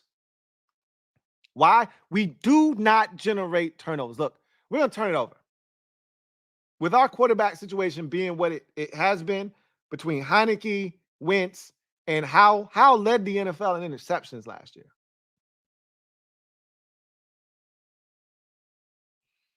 Heineke was always going to put the ball in harm's way, and Wentz he came into our situation as a turnover machine, even though he didn't turn it over a ton that last year. His 1 year in Indy, he didn't turn it over a ton, which is why we were hoping he could come in here and do that, but he didn't take care of football. So just off the strength of that, you're going to find yourself, but it's not just turning it over, because a lot of teams, as you can see, a lot of teams turn it over. You got to create turnovers. You're going to give up the ball. How many times can you get it back is the key, right? How many turnovers can you force? The answer is none for us. That's the problem. And this is why I am so confident that this new group can come in here and turn things around, is because we can't be any worse. Jaden Daniels isn't going to come in here and be any worse than Sam Howell was last year when Sam threw 20 interceptions or whatever the number was. Jaden Daniels is always taking care of the football. And even if Jaden Daniels plays like a rookie and he turns it over 12 times, guess what? Joe Witt Jr. and his defense and Dan Quinn and what they preach, they generate turnovers. This goes all the way back to Joe Witt Jr. being a part of that Green Bay organization when they won the Super Bowl with Charles Woodson, and they were creating turnovers like their mind had gone bad. He's always been places where turnovers are the standard. I have no doubts that they're going to bring that mindset and mentality here, and it's going to change the way that Washington on a weekly basis is able to generate turnovers. That's why this season I think is going to be a lot of fun, because forcing turnovers is fun defensively. That's why guys always run to the monitor, and it's 5 or 6 guys, and they run in and they doing all, because it's fun. It's energy. You create energy when you create a turnover. That changes games. We just don't do it enough. We don't do it enough. Our guys didn't even know what to do when we got turnovers. They didn't even know what a monitor was. They didn't know what to do. Like, our guys were so confused. Oh shit, what do we do? Hey, let's run this way. But I thought that the end zone was the other way. I don't know. Just run. Just follow the rest of the teammates.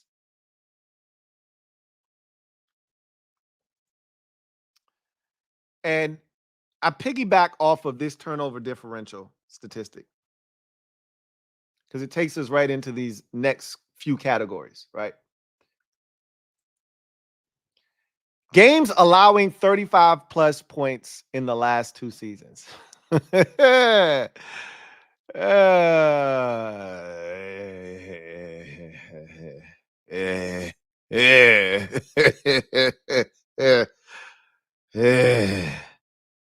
go through this one.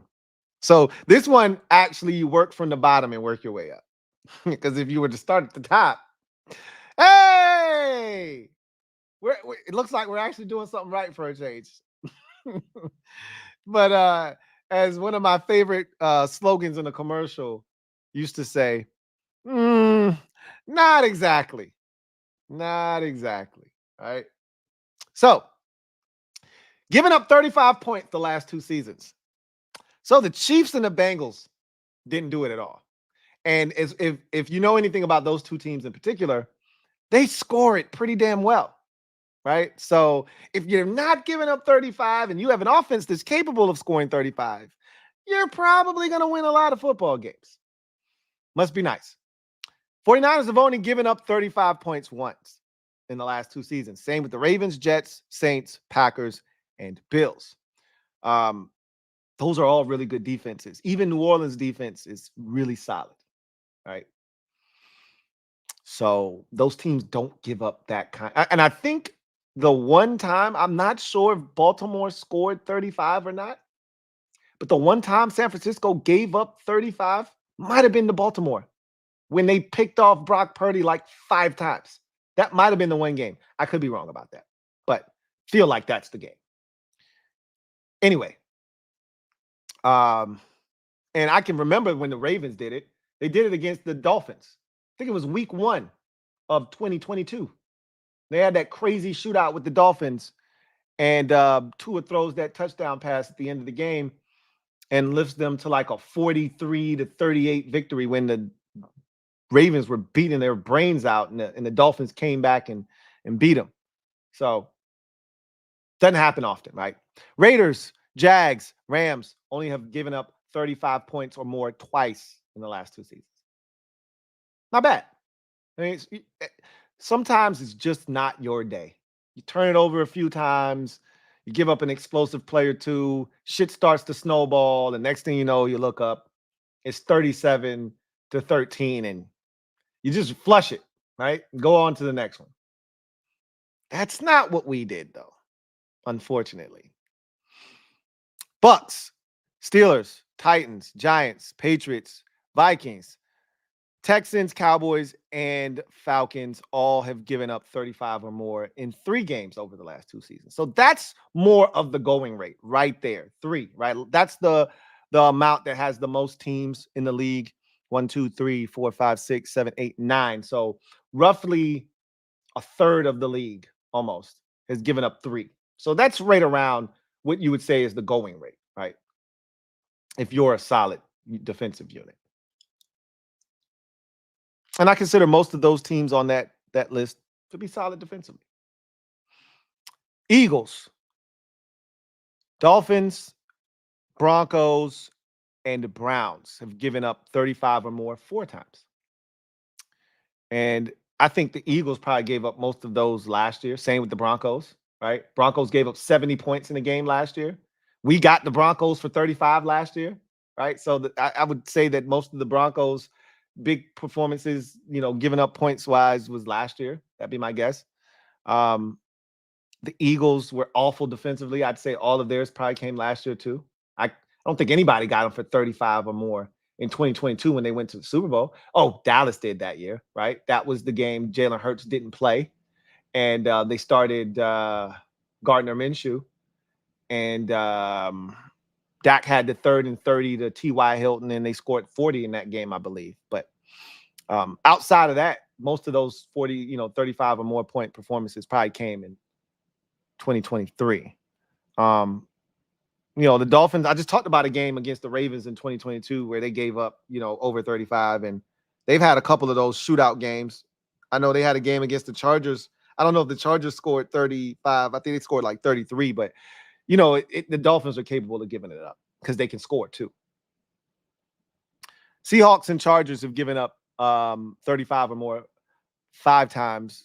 The Chargers had a lot of bad games last year because they were a bad team. They fired their coach in season. They gave up like 50-something points to the Raiders. Could have given up, I think they gave up 63 to the Raiders. They could have easily given up 80 in that game if the Raiders wanted to score 80.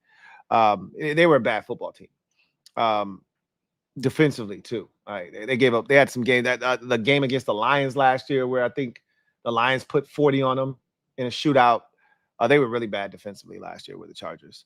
Seahawks, I'm actually surprised. But after seeing what we did to them offensively, I probably shouldn't be surprised because we weren't that good offensively. And we moved the ball on them, when we weren't self-destructing and doing stupid shit, we actually moved the ball on Seattle. That was one of the last times that year that we actually moved the ball successfully and scored points. The Lions, Cardinals, Colts, Bears, and Panthers all have given up 6 35-point or more performances. I'd say that Detroit probably gave up a vast majority of those in 2022 when they were struggling early in that season, when they started 1-6, right? I would guess a lot of those games they gave up, played in some shootouts. And I know Seattle got them one time, scored 45 in 2022 in that season. So yeah, they had some games. We put up 30, or 28. I think it was, we lost that game 37-28 or something like that to the Lions. So even we scored 28 in that 2022 game in week 2. So yeah, I think most of that damage came a couple years back. But the rest of those teams defensively have struggled. The Bears found their footing last year, but they gave up some games and things of that nature. So nobody gave up 7. Somebody gave up 8 though. Like, we're too clear of the rest of the NFL. So like nobody's like even close. Like, I know 6 isn't that far away, but they're still 2 games away from us. First of all, who are you beating doing this? Because how many times have we scored 35? That's probably the next question to ask yourself. Okay, so we've given up 35 or more 8 times in the last 2 seasons. Most of these, by the way, came in 2023. Let's see if we can get all of the games in 2023 where we gave up 35 or more. It's going to be tough because it was a lot of them, right? So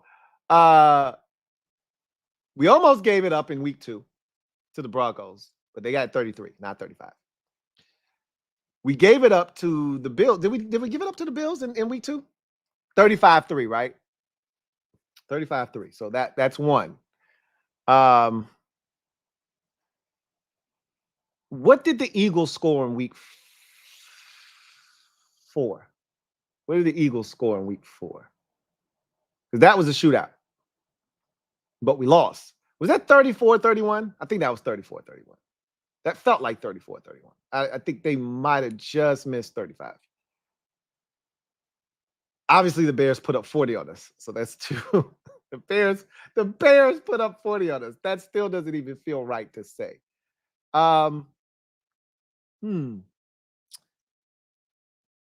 So that's 2. Giants, Falcons, Giants, Falcons, Patriots.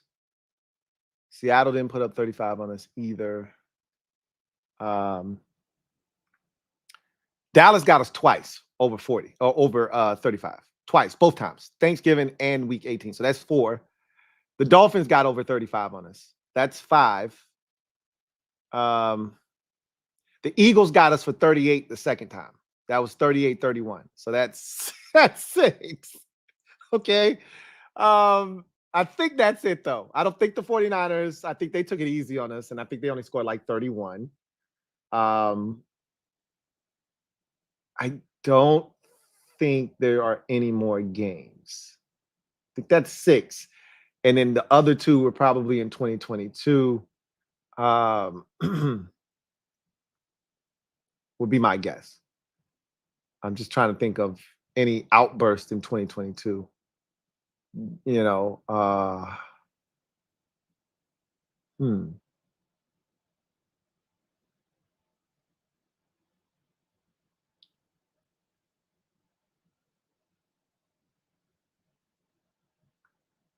Oh, the Lions got us in week 2. That's right. Lions got us in week 2. They scored 37 in week 2 of 2022. And then there's one more in there somewhere that we're missing. How many did the Jets score? No, That was like a 31, 20. That was 30-28 in 2023 when they kicked that field goal. How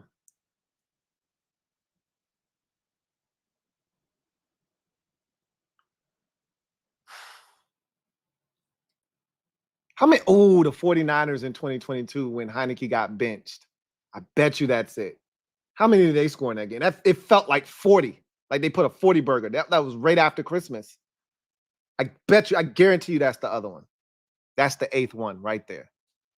I don't remember that final score, but they might not have even scored 40. It felt like they scored 40. It felt like they obliterated us. They scored 36 though. It had to be 36 or more. So I'm just gonna go and say that it was that 49ers game in 2022. So there you have it. 8 games of 35. Nobody else has given up more than 6. We've given up 8, which is why I am confident that this team is going to be better because you cannot be much worse. You cannot be much worse defensively. We were frauds defensively last year. Even when we had Montez Sweat and Chase Young, we were fraudulent defensively.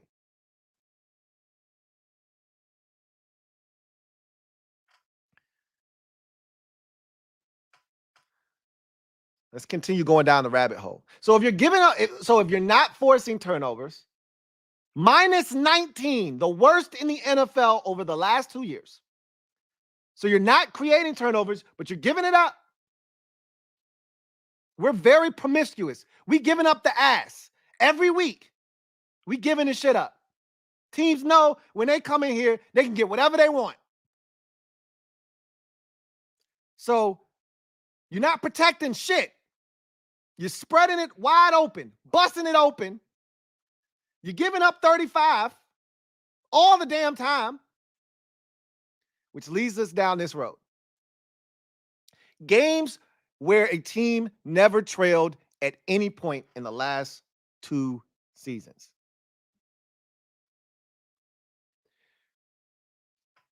Games where you never trailed at any point in the last 2 seasons. So this one, I'm not going to hold us to this grandiose standard, right?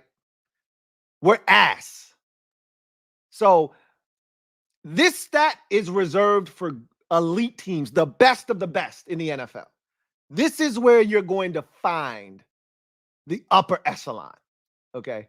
I'm using this one in particular to make my points as I move forward, okay? So in order to not trail, so this means that you won the game wire to wire. They call it a wire to wire finish.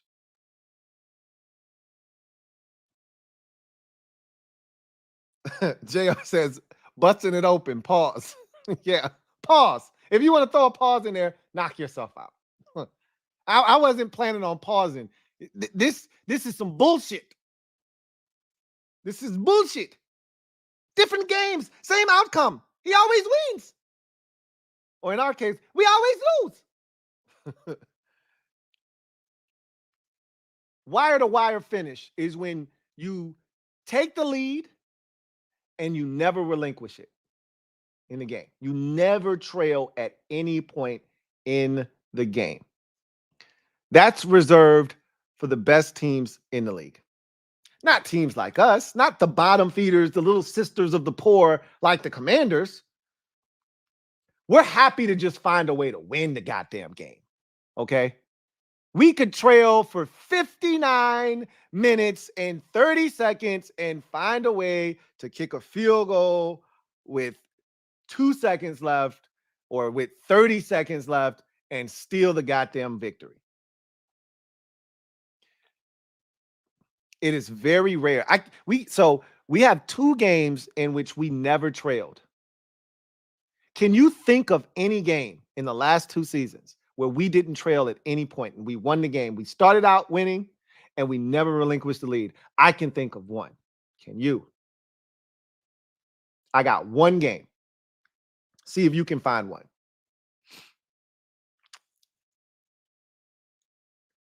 I'm gonna let y'all think. I got one. I can't think of the second one. I'm trying to think of the second one. I got one though. See how fast. And I'm gonna see y'all fingers out there probably working right now, trying to figure it out. Use your brain. That's the problem why y'all can't never remember shit, because you're always quick to use your mobile devices to try to help you think. Use your brain. You watch these games. There you go, Swaggy P. The Texans game. Kendall Fuller had a pick six. We never looked back in that game, right? Never trailed in that game. It was one of the few comfortable victories we've had around these parts, right?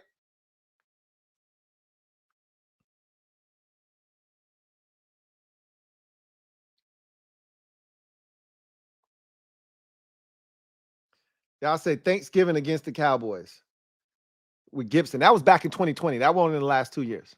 We talking about 2022, 2023. O'Neal says Atlanta. I think we trailed in that game at some point.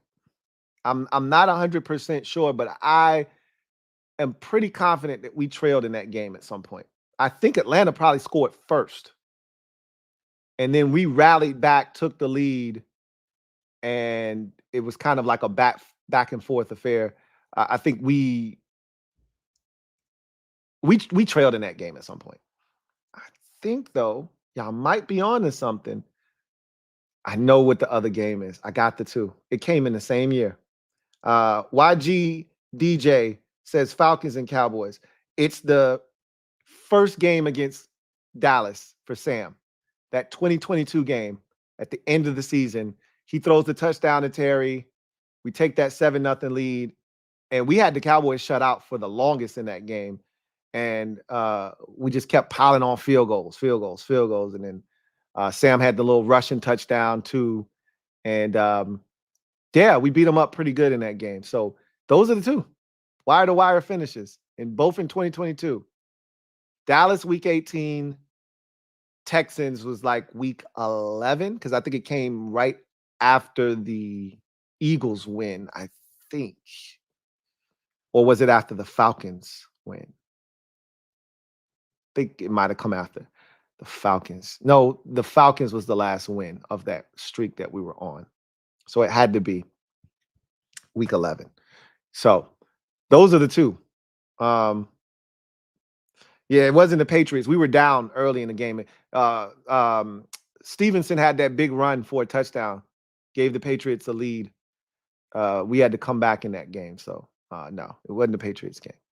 So this one isn't. I'm not gonna beat us up because we're not good enough to take the lead. It illustrates just how ineffective we were at scoring early and often, and securing a lead in a game, and then continuing to score or holding the opposition down to preserve a lead. Remember, like, we don't like nice things. So even in games where we look like we are about to do some damage and run away and beat somebody's ass to their unconscious. Case in point, week 1 of 2022 against Jacksonville. We came out like gangbusters. 13-0. Like, they had their chances now. Don't get me wrong. You know, if Trevor Lawrence wasn't missing shit early in that game, it's a different story. But that wasn't our fault. He had Travis Etienne for a touchdown. He missed him. That ain't our fault. Had him for another touchdown on a 4th down. He missed him. Not our fault. Okay? Not our fault. What is our fault is Curtis Samuel fumbling, up 13-0, well on the way to another touchdown, about to make it 20-0. And at that point, those boys are dead. Dead, I tell you. Instead, he fumbles, gives them life. They score like 21 unanswered points, take a 21-13 lead or whatever the hell the score was before Carson throws the 2 touchdowns in the 4th quarter, one to Terry, the other to Jahan, and we come back and steal that game, 27-22. I believe that score was 27-22 or 28-22, one of the two. We just don't know how to finish teams off. Like, we don't start fast, obviously. Under Rivera, remember we had this conversation under Rivera, how many times we were down by 3 scores in the first half. And I think at that point when we were doing that exercise, we had been down by 3 scores at that half or in the first half of games, like 11 out of 20 games or something like that under Rivera. It was something crazy like that, right?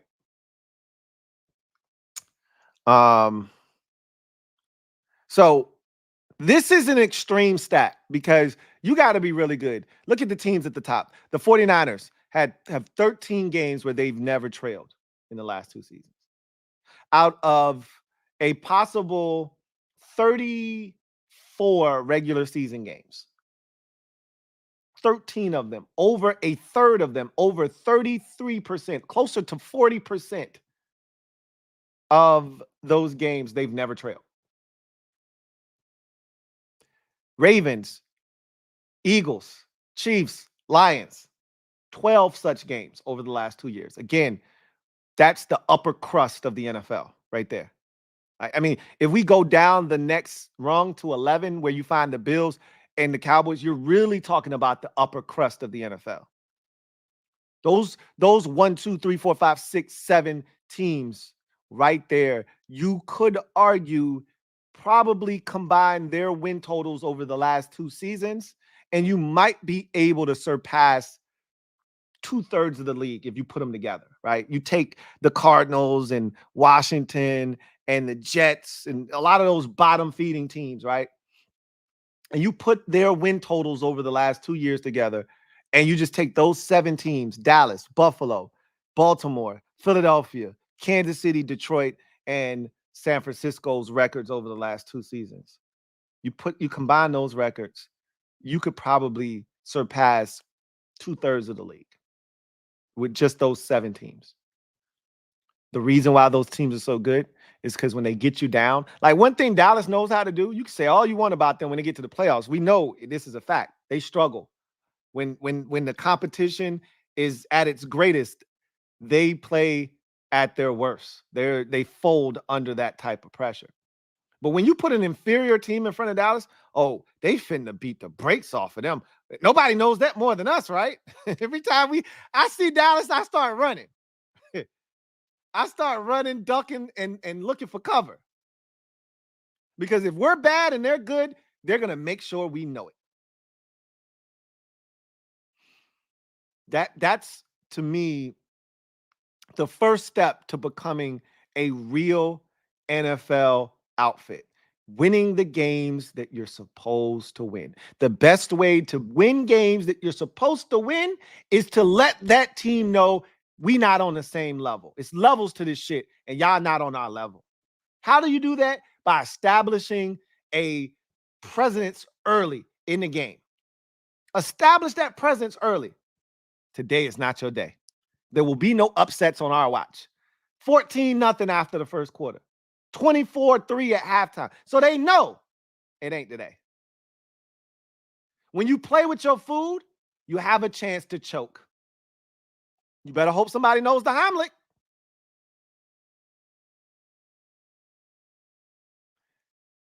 Too often, we play with what's supposed to be our food. But who are we to tell anybody that they're our meal, right? Which leads me to the next category. Let's keep going. 2 such games. We already found the 2. Games where a team never led at any point the last 2 seasons. Now you're talking our language, okay? Now you speak in our language. We know all about not leading at any point in the game. Now, we can't do this exercise in our head because it's too many of these bitches, right? 34 total regular season games, and in 11 of them, second worst only to the Jets, have we not led at any point in the game. And it's a lot of these bitches I'm talking about. And a lot of these are pure ass whoopings. Pure, unadulterated good old-fashioned passionate ass whooping and getting your shoes coat and your hat tooken. Ass whoopings.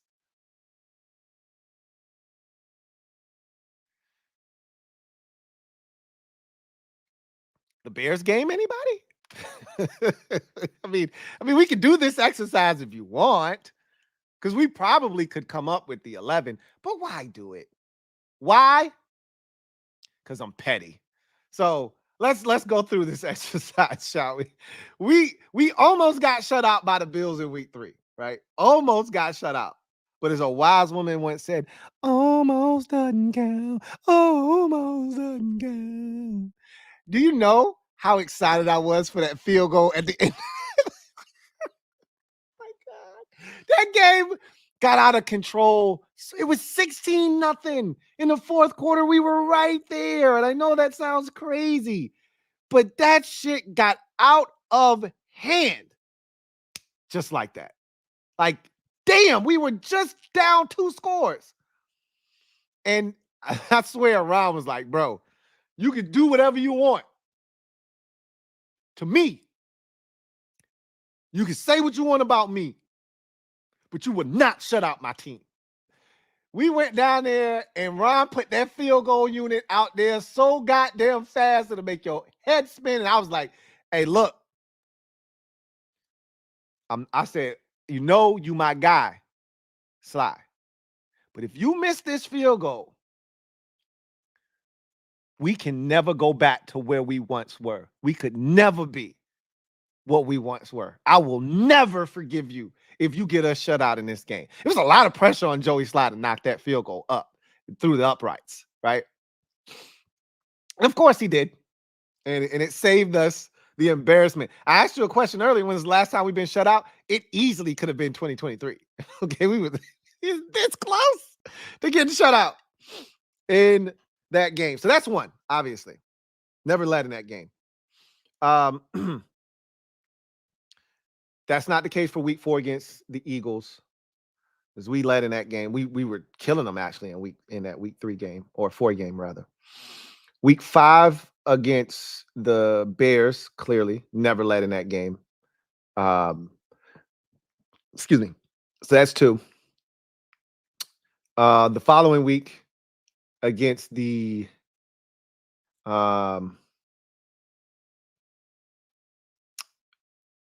was the Giants the next game or not? I don't think the Giants were the next game. I think they were the next game. Whatever the case, we never led in that game. They jumped on us 14-0. Remember, the Giants had not scored a first half touchdown the entire season. And not first quarter, first half. They scored 14 points in the first half. They might have had 14 points in the first half combined the first 4-5 weeks before our game, and they scored 14 points. And they might have scored in the first quarter. I think they scored it 7 in the first quarter, 7 in the second quarter. Because I remember saying, I said, with the way we play, because this was fresh off the Bears ass whooping, so I was in my feelings. I think I told Bad Dog, I said, the way we play, y'all might score 14 points in the first quarter. They were close. I said, y'all gonna score on the opening possession. I'm not sure if they scored on the opening possession or not, but they scored. If not on the opening possession, they scored on the second possession. We never led in that game. That's 3. Falcons, Patriots, Seahawks, Giants the second time. I don't think we ever led in that. We might have led in that second Giants game. I don't think so, man. I don't think we did. But we might have been up 3-0 early in that game because we sacked Tommy DeVito like 50 times in the first quarter. So it could have been 3-0 before he got going and we started turning the ball over and doing stupid shit. I'd have to look that one up actually to see if that's a wire-to-wire loss. Kind of feels like it was. But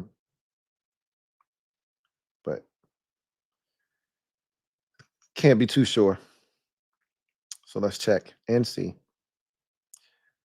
That second Giants game was A wire-to-wire loss. Correct. It was. So that's 4. All right. So that's 4. You got the Eagles game. We were up big in that game again and blew it. Oh no, that was that I went back. Dallas wire-to-wire loss at Thanksgiving. Dolphins. Oh, I remember.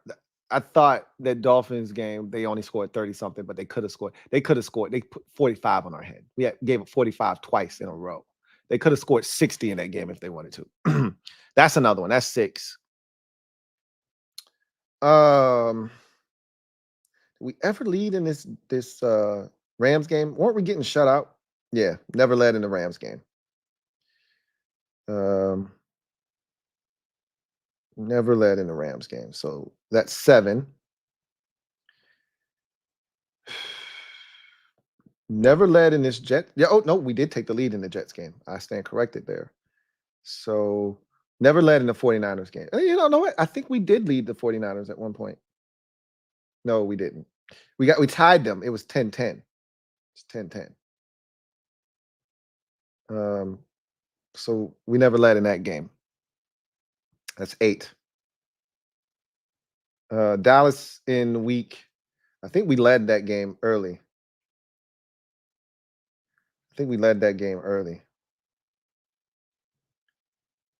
Yeah, we were up 10-7. 10-7. So 8 of those 11 came in last year's debacle of the season. The other 3 came in 2022. So, yeah. The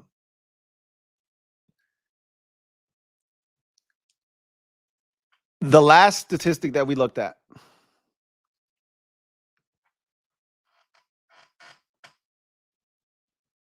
is reserved for the upper crust of the NFL. This one is reserved for the worst of the worst bottom feeding teams in the NFL. When you don't lead, these are the offensively challenged teams, the teams that fail to score, who struggle to score, who fail to make it to 20 on a weekly basis. They're going to be the ones that find themselves in this position where they don't lead in football games, right? So, so you're just going to flip this thing around, right? The teams that were at the top of the last list, you're going to put them at the bottom this time, right? Because they're not going to be in games where they didn't have the lead at some point. Jets are at the top with 14 games where they never led at any point. Wowzers. That's really bad. But we're second. And there's considerable space between the Jets and the rest of the league. But we got the second most games where we just never, ever led. 11. And you can look at the rest of the teams that are right under us at 10, Bucks, Steelers, Giants, Panthers, Falcons, all teams that struggle to score. Tampa Bay at times can score, but they struggle to score too, especially over the last 2 seasons. Last year, they had their moments, but they also had their moments where they struggled to score too. Broncos 2 years ago, man, you guys remember that train wreck, that first year of Russ? My goodness. Yikes. So then I went to the extremes, right? I went to the 2 extremes is what I did. All right. So I went to the elite upper crust where you never trail. I went to the bottom of the barrel where you never lead. So I went to both ends of the spectrum. Now I'm just going to meet you somewhere in the middle, right? Now, you don't have to be the best team in the league. You don't have to be the worst. Just be solid. My dad used to listen to this radio station back in the day when we didn't have access to FM radio because our radio in our car was raggedy when I was a kid. So we was always listening to some old ass radio station. You want to know why I know all these old? Now that radio station plays some old ass shit that I try to forget. It wasn't playing the 70s. It was playing some old shit. And the little slogan it had was solid, solid, solid, solid. OB but goodies. It used to play some of the stupidest songs. And I used to hate driving in that car because we had to listen to that shit. Solid. Right here. Solid, solid, solid. That's all you got to be for this next statistic. Solid. Games leading at half. Just leading at halftime. That's it. One more point than the opposition at the break. You ain't got to be really good. You can be a really bad team. You still can have the lead at halftime. You might not win the game. Shit, I told you 3 years ago, we had Mahomes on the ropes, forced 3 turnovers in the first half, and we were up 13-10 at halftime. Still got our ass whooped, didn't score another point, and lost the game 31-13 when we were leading 13-10 at halftime. You don't have to be good to lead at the half. Just don't be awful in the first half. You know how many games we were getting our brains bashed in at halftime? I don't think anybody was worse in the first half of games than Washington. The point differential in the first half, I'm going to go out on a limb. I don't know the answer to this. Somebody out there can look this up if you'd like. I'm just telling you off of experiencing last season. I bet you we have the worst first half. I know we have the worst first quarter point differential. I bet every cent that I have. But I'd even take it a step further. I wouldn't be willing to bet every cent I had on first half point differential. But I bet you the first quarter, we were not just the worst. I bet you we were by far and away the worst team point differential wise in the first quarter.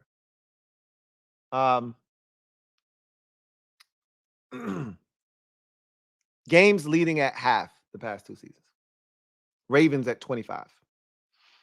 When you're a good team.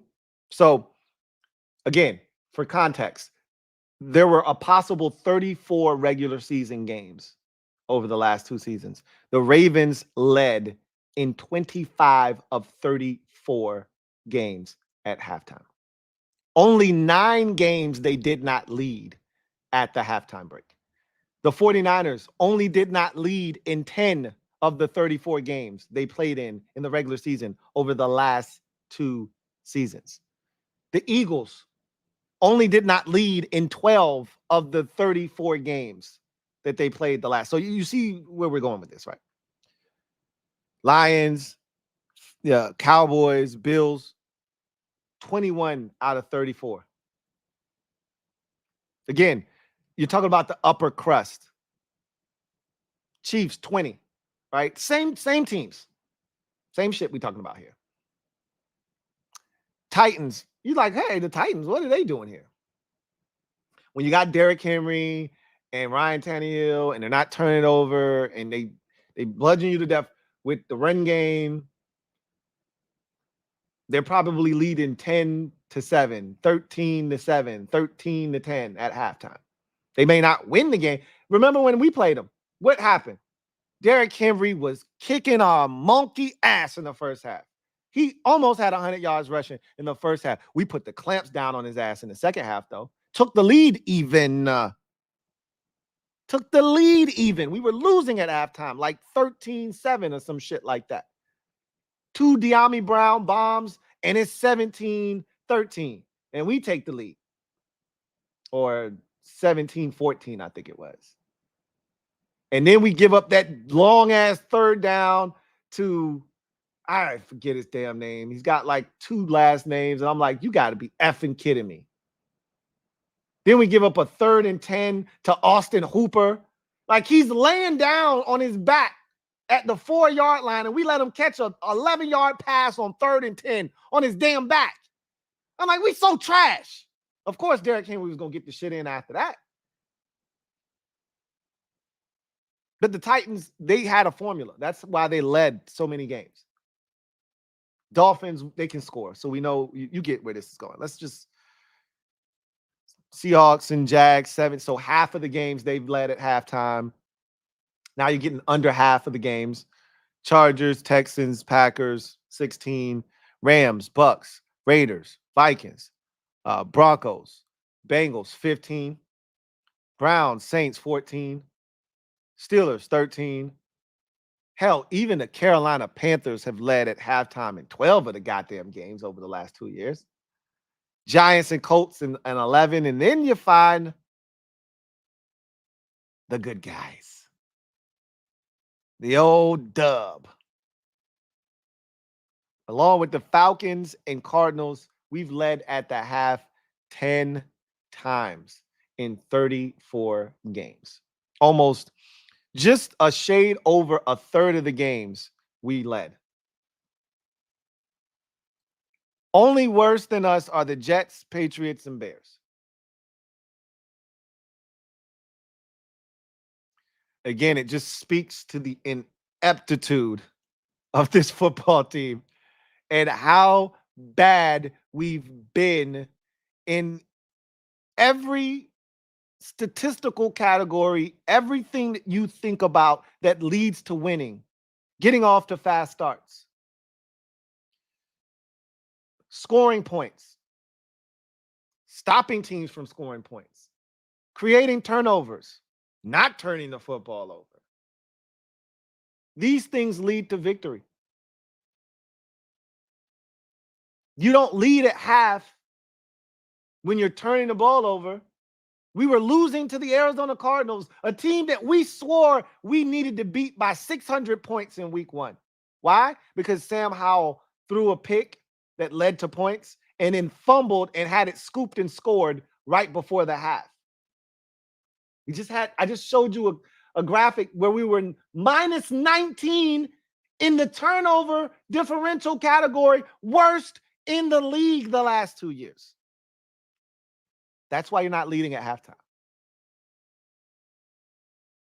You're not leading at halftime. Sam Howell takes the offense on a beautiful drive, completes it with a read option keep against Dallas on Thanksgiving for a touchdown to tie the score at 10 apiece. You've got momentum. Defense, get a stop. What does the defense do?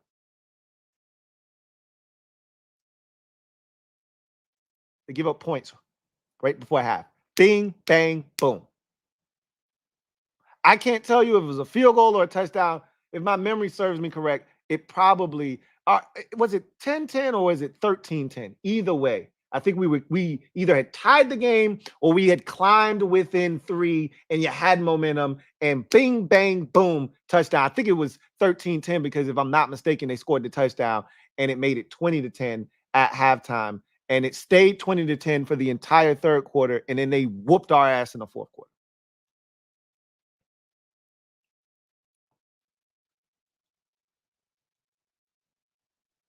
You can't win football games if you're not putting yourself consistently. You can't win football games if you're not putting yourself in a position to win by either starting fast or stopping the opposition from starting fast. Leading at halftime doesn't ensure victory, but it does put you in a hell of a position to win. Look at the numbers. Look at the teams. I'm talking about the upper crust of the NFL. Baltimore, San Francisco, Philadelphia, Detroit, Dallas, Buffalo, Kansas City. The same 7 teams we just talked about who hadn't trailed wire to wire, who didn't have many games where they never led. Same shit. There's a reason why these teams find themselves winning 12 and 13 games. You got to give yourself a chance.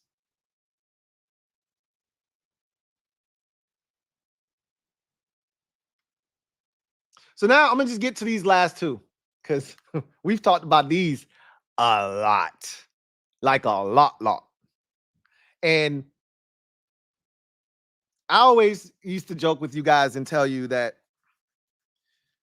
there's certain categories that you don't want to find yourself in. Like when, it's one thing to live in shame, in silence at 1:00 in a regional contest against another team where only you and the people that live in that market and the team you're playing against and the people that live in that market are watching, right? Or if you have direct TV Sunday Ticket or whatever, YouTube TV Sunday Ticket or whatever the hell the shit's called now, and you're watching it from some remote area, but you're still a part of that fan base or the other fan base. Like, it's going to be rare that a Chargers fan is watching Washington versus the Jets. They don't really have a reason to watch the game, right? So it's one thing I always like to say: if you're in obscurity at 1 o'clock, you show whatever graphic you want. Right? Knock yourself out. I don't give a shit.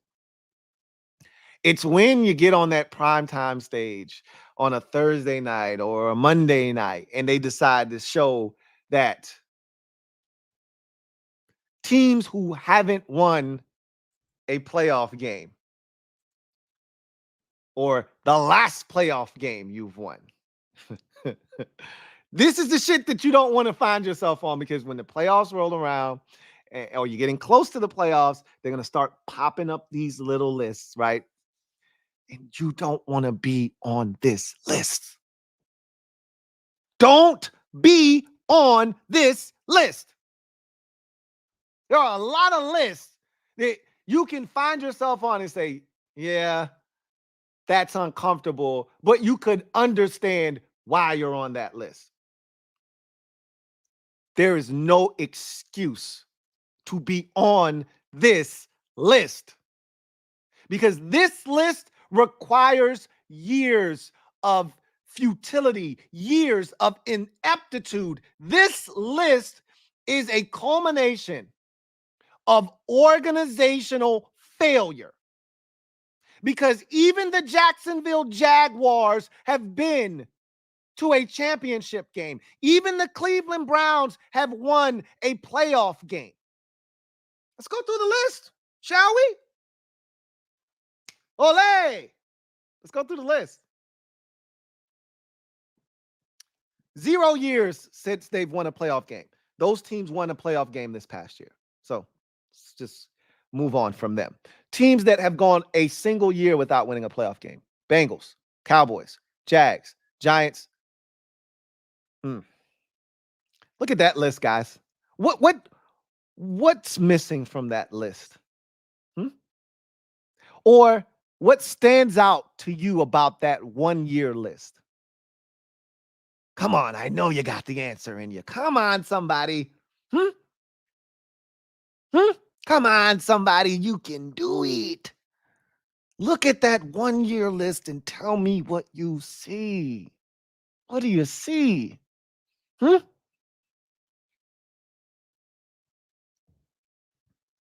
Come on, I'm waiting for somebody to tell me. Come on, you can do it.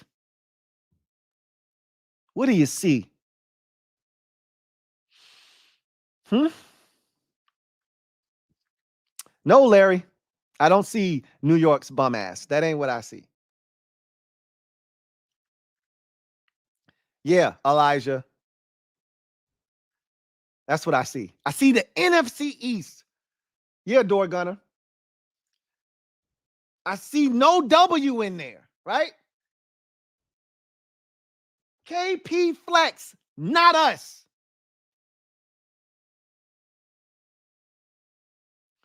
The rest of the division is not like us. They not like us. They not like us. They not like us. They not like us. We were the only team that year to miss the playoffs. Every team in the division got them a playoff victory that year. Not us, though. Not old Washington. Not the old Washington Commanders. You got to go a little bit further down to find us. Let's keep going. Let's keep going. Let's just see where this takes us. Rams haven't won a playoff game in 2 years. Browns and Saints haven't won a playoff game in 3 years. Again, Cleveland Browns won a playoff game 3 years ago. Okay, for those of you continuing to talk about how bad the Browns have been or the Bears, no, they're not us. They're not like us. They're not like us. They're not like us. Vikings, Seahawks, Titans haven't won a playoff game in 4 years. Colts, Chargers, Patriots haven't won a playoff game in 5 years. That's crazy when you think about the Patriots, but that also coincides with when Brady left, right? Left after the 19 season. They haven't won a playoff game since. Makes sense. Falcons haven't won a playoff game in 6 years.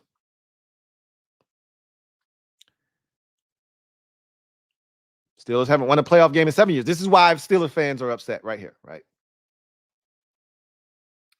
This is why Steelers fans are upset, because they make the playoffs. They just don't win a game when they get there. They barely get there. They're 9-8. You know, they're 9-7. They get in the back door and then they get smashed in the first round, right? And that's why Steelers fans are like, we tired of Mike Tomlin. Get him a quarterback, and I bet you that streak ends. Because we've seen him win with all types of guys at the quarterback position. I mean, last year they got in the playoffs with Mason Rudolph at quarterback. I mean, what are we talking about? 8 years have gone by since the Cardinals, Broncos, and Panthers have won a playoff game. Now there's a significant gap, because you shouldn't be past a decade without winning a playoff game. It's crazy talk. Everybody gets lucky, has one of those seasons. They win one playoff game, right? Not the Bears and the Jets. They've gone 13 years without winning a playoff game. So you jump from 8. So just for clarification purposes, okay? 1, 2, 3, 4, 5, 6, 7, 8, 9, 10, 11, 12, 13, 14, 15, 16, 17, 18, 19, 20, 1, 2, 3, 4, 5, 6, 7. 27 teams have won a playoff game in the last decade. 27 of 32 teams have won a playoff game within the last decade.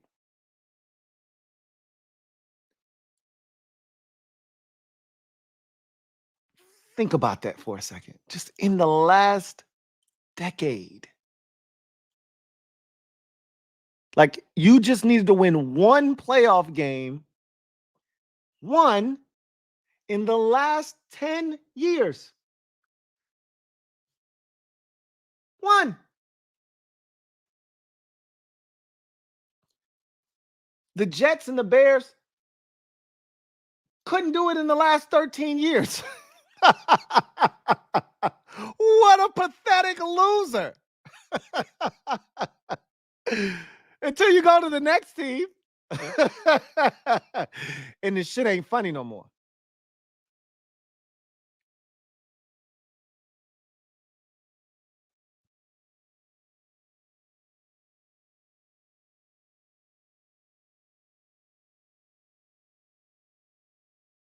We haven't won a playoff game in 18 mother effing years.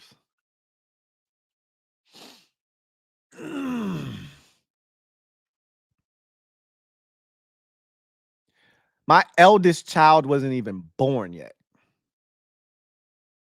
Shit, some of y'all might not have even been born yet. Some of y'all was probably in high school, middle school, elementary school, preschool.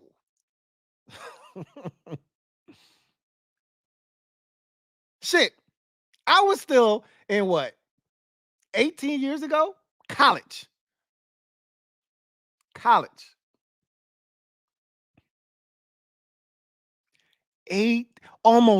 We haven't won a playoff game in almost 2 whole decades.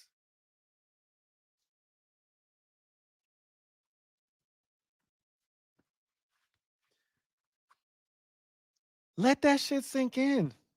Like, this is why you need to see this shit. Like, we talked about this. This isn't the first time I've talked about this. Seeing it is crazy, though. Like, remember when we saw the Ray Rice video? It's crazy when you hear, man, Ray Rice stole on his girl, like knocked her out cold. Like, you're like, yo, that's crazy, man. That's wild. You see this shit and you like, whoa. Like, wait a minute. He just hit her like she was a whole dude. It changes shit when you see it. Because you believe it when you see it. It's almost like it don't exist when you just talk about it. Which is why when people talk about print, it's a little bit different when you see some shit in print. It exists. It's tangible. You can touch it. You can see it. You're like, wait a minute. This actually happened. When you talk about shit, it's like it's a legend. It's a fable. It's like it's made up. Nah, we ain't make this shit up. This is real. This is embarrassing. We used to be a storied franchise. One of the best. We haven't won a playoff game since 2005.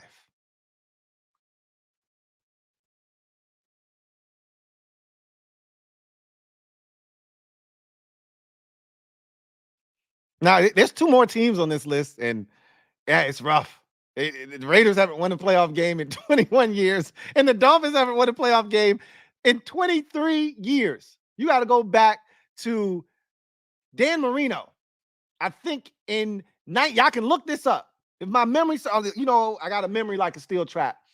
Their last playoff victory might be 1999 or 2000. I think it might be 2000. They had a running back, Lamar something, or something Lamar. His name is Lamar. One of his names is Lamar. I swear he ran for like 200 yards and like 3 touchdowns. I want to say they beat the shit out of the Jacksonville Jaguars. Or it could have been the other way around. The Jaguars beat the shit out of them. Somebody got like a 60 spot, like 62-7 or some shit like that. I want to say it was Lamar, whatever, ran for 203 touchdowns, and they beat the Jaguars like 62-7. And I think that was their last playoff win. Somebody fact check me on that.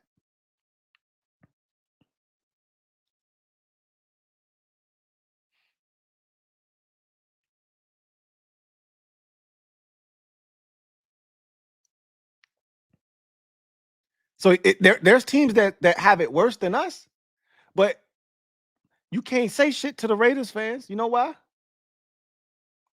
Because the next graphic I'm going to show you, I'm going to explain everything, and it's going to put everything in its proper place, and then we're going to get to the comment section, and I'm going to get you out of here.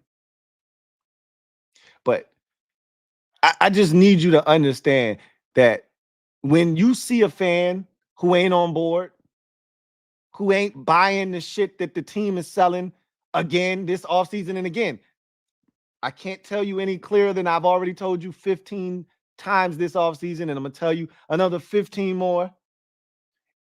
This feels different because it is different. But for the fan that ain't trying to hear that shit, this is why they're not trying to hear that shit. And you can't be mad that they're not trying to hear that shit because this is what they've lived through. So you can't be mad at a fan that says, I'm not trying to hear that shit. I believe it when I see it. You can't be mad at a fan who ain't trying to hear that shit. Miami lost 62-7. So the year before, I think the Lamar dude had that 3 touchdown, 200-yard game. I think he did it against the Colts. Miami got their ass whooped. That was Jimmy Johnson, I think. Got his ass whooped by the damn Jaguars in that game. And I think that was Marino's last game. So go either the week before he had that crazy game and then they got their ass whooped, or the year before. I want to say it was the week before.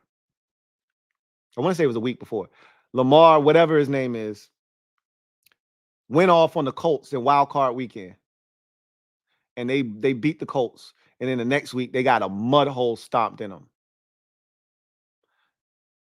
I can't see Jacksonville being in the AFC Championship game in 2000, though. I don't think that's what happened there. It might have been the year before. Elijah says, Dolphins' last playoff game win was against the Colts. What'd I tell you? I said it was the Colts, right? And again, Lamar, whatever his name is, I don't know why I can't think of the man's last name. He went for 2 bills and 3 touchdowns, I believe, in that game. So, yeah, this is painful to look at, but it's necessary. Because in order for us to get where we going, we got to understand where we came from. That's why I told you, when we finally get to where we going, this shit is going to be so sweet. It's going to be so goddamn sweet because look at the shit that we had to endure to get there. This is why this offseason has been so damn fun for me. I told you, this offseason has been zen-like. I've never been at a place of peace as a fan more than this offseason. Because I feel like we moving further and further away from this shit here. We getting closer to breaking this shit up. Taking our name off of this nasty ass list. I can't tell you that it's gonna happen before we hit that 2-decade mark.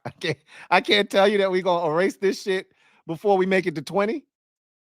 But by 21, I bet you we off this bitch. We off this bitch by 21. If Jaden Daniels is where he's supposed to be, we off this thing before we get to 21. I don't know when the Raiders getting off this shit. They still don't have no quarterback, right? Feel for them. But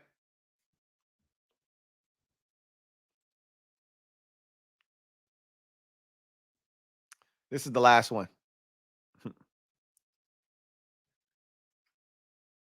This is the last one.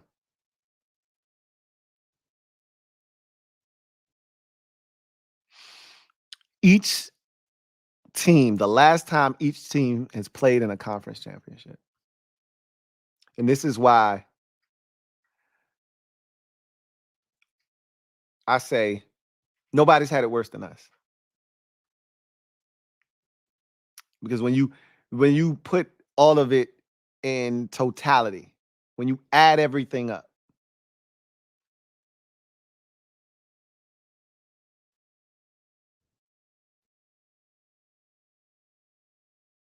let's go through this.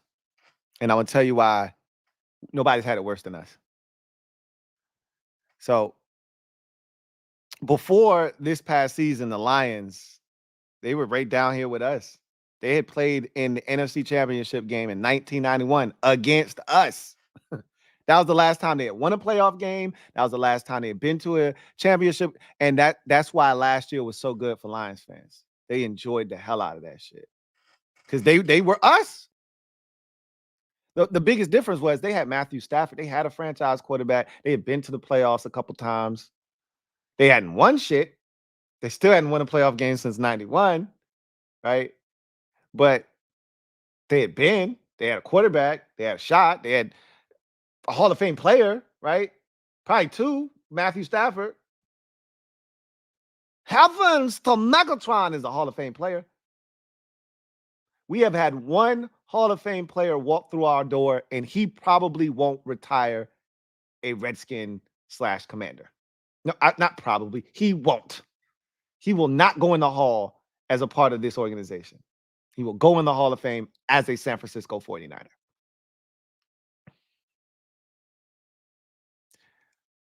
So the Lions, they not only got off the list, they got off the list in a major way last season. Lions, 49ers, Ravens, and Chiefs all were participants in the AFC in the championship game last year. Eagles and the Bengals were in the championship game the year prior. The Rams won the Super Bowl. Hell, the Rams won the Super Bowl in 2021. Last time they played in the conference championship, they won the Super Bowl. Packers lost to the Buccaneers in 2020. Bucs won the Super Bowl that year. Bills went to the AFC Championship game. Haven't been back since. Titans, even the Tennessee Titans, done been to the championship game.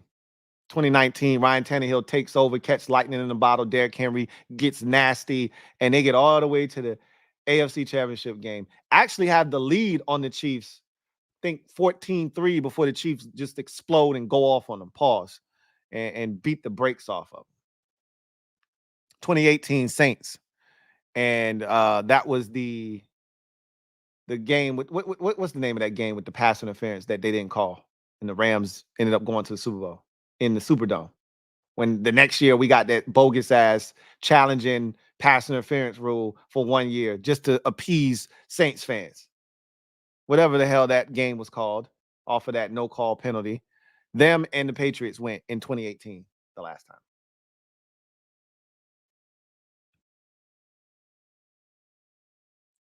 Vikings went to the NFC Championship game, the Minneapolis Miracle with Stephon Diggs. Jags, I talk about this all the time, right? Everybody catches lightning in a bottle 1 year, right?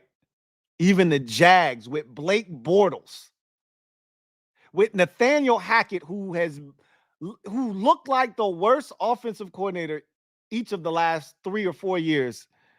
They made it all the way to the AFC Championship game and were within 7 minutes of beating the Patriots and going to the Super Bowl in 2017.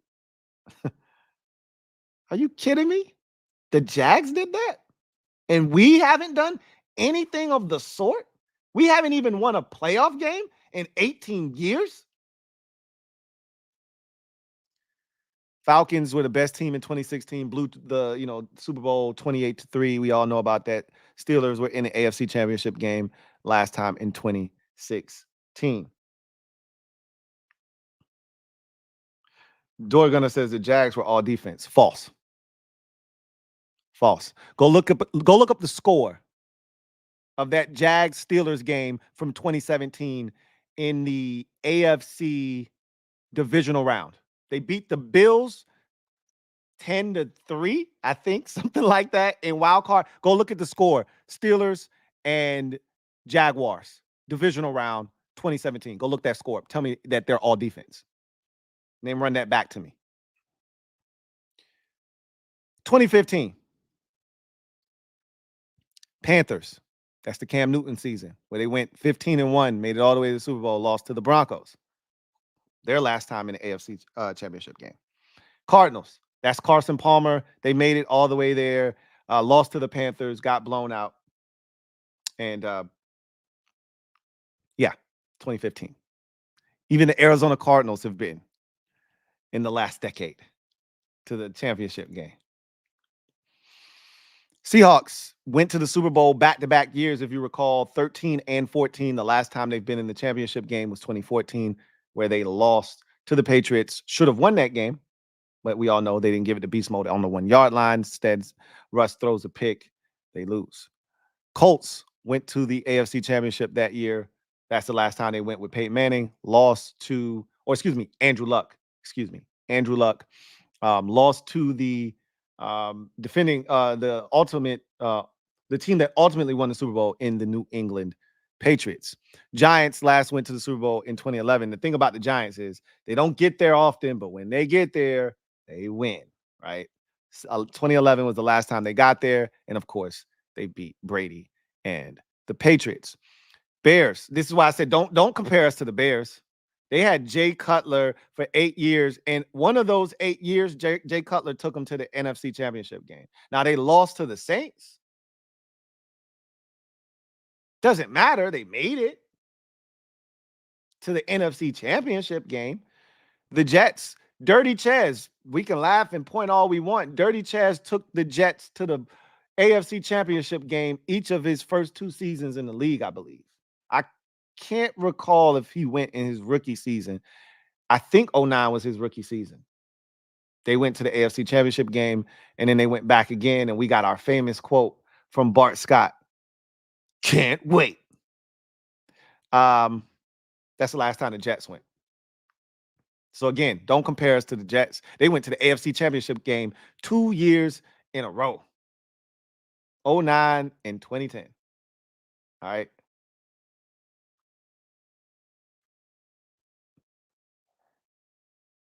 2007. Chargers went to the AFC Championship game. Phillip Rivers went there on a torn ACL, gutted it out. I think he tore his ACL in wild card weekend or the divisional round and still won the game and took them all the way to the AFC Championship game, where they lost to the Patriots.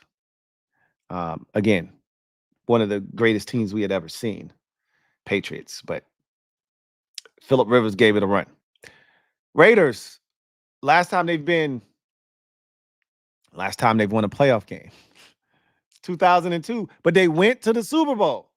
This is why you can't compare them to us. They went to the Super Bowl that year. They may not have won a playoff game since 2002, but the last time they won a playoff game, they went to the Super Bowl. Facts are facts. You can laugh and point all you want. They've been to a Super Bowl more recently than we have. Our last Super Bowl appearance, the first number didn't start with a 2. So if that's the case, if that first number starts with a 1, shut the hell up. Shut the hell up. Dallas. This is why LB and everybody else always laughs at the Cowboys, because for all the noise that they make, they ass ain't been to the championship game since the triplets were in vogue and wild and running free back in 96 with Barry Switzer as the head coach. But they've been to the playoffs a hell of a lot. They won a lot of regular season games. Just don't win when they get to the playoffs. Dolphins, 1992 is the last time they were in the AFC Championship game. We've talked about how long it's been since they won a playoff game. It's been ages. They've been in a similar position to us in terms of looking for a quarterback. They haven't been as bad as us, but they've been looking, they've been searching for the guy, right? Really haven't found that one guy since Marino. They've had guys come in there and play, solid football here and there. They're hoping Tua is that guy for them, right? And then you find us.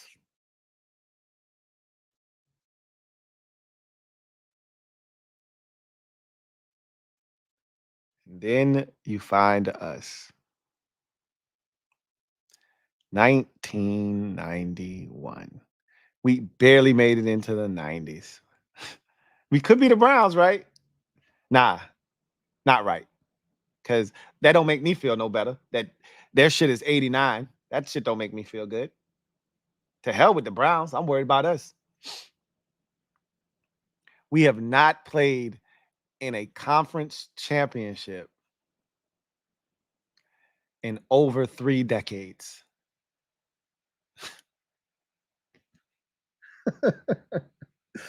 I laugh to stop from crying.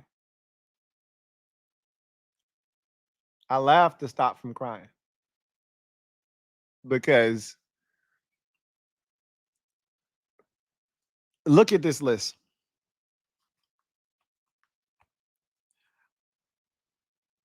Since 2000,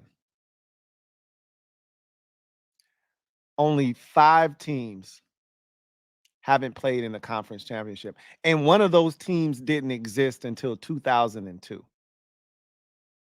which is the Houston Texans. So they really don't even count, because they were the last expansion team in the NFL. They don't even count to me.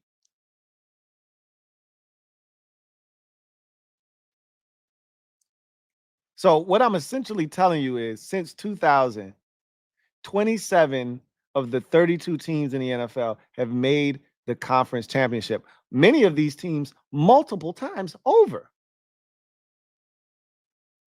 Multiple times over. What I'm trying to illustrate to you is that there's a level of, again, back to that phrase, ineptitude, a lack of consistency. And frankly, you just needed to get hot in one season. We were close in 99. We were close in 05 to playing in a championship game. It's not like we haven't come close, but almost getting there and actually getting there are two different things. Don't make me sing again. I've already done it once tonight.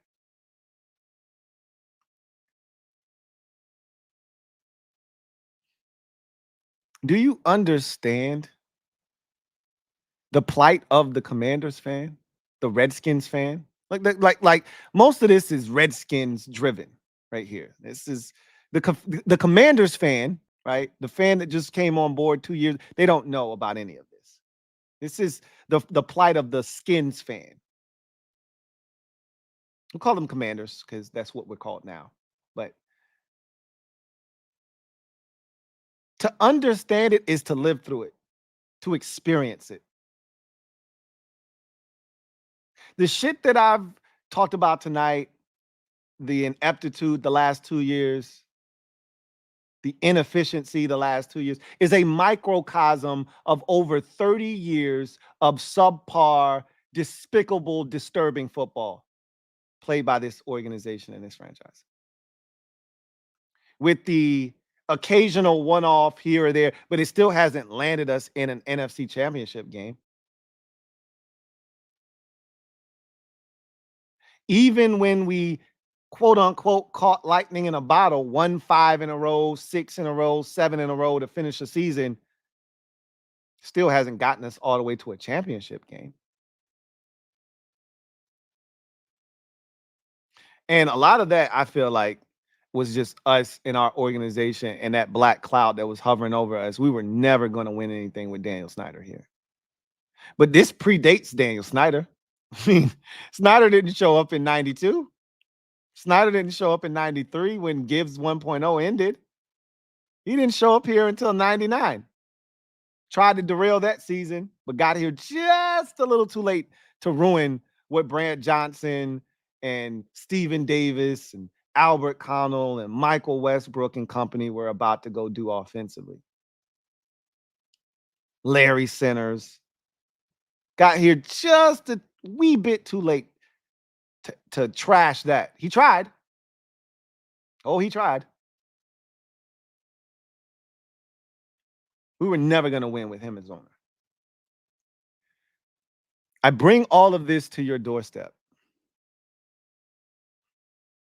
Bring all this to your doorstep. And I hope you enjoyed this exercise. Hope you enjoyed this exercise. Because I bring this to your doorstep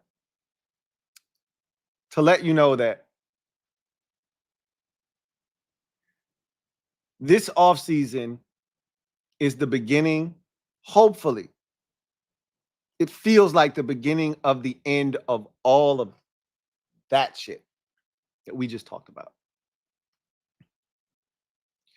You see that woman's face on that thumbnail? Watching the Bears come into our house and score 40 points, and she's just like this. That's most of us. We've been there at some point as a fan with this team, right? Like, just, why am I doing this to myself? Why do I even root for this piece of a shit of a team and organization? Why do I put myself through this? That fan in the black next to the lady like this, they're from the same game. She's like this. You see the score? Somebody, she's a gift, by the way. If you want to see her, she's a gift. Or is it a GIF? I think it's a GIF, right? She's just sitting there like this. That's that same Bears game where we were all black when he's like this, just sitting there watching this ass whooping commence. You know, just like, can't believe I came out of my house for this shit.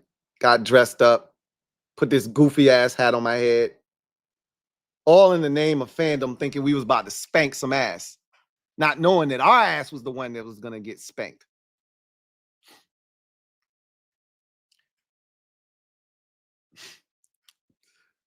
$30 years of this shit. 30 years.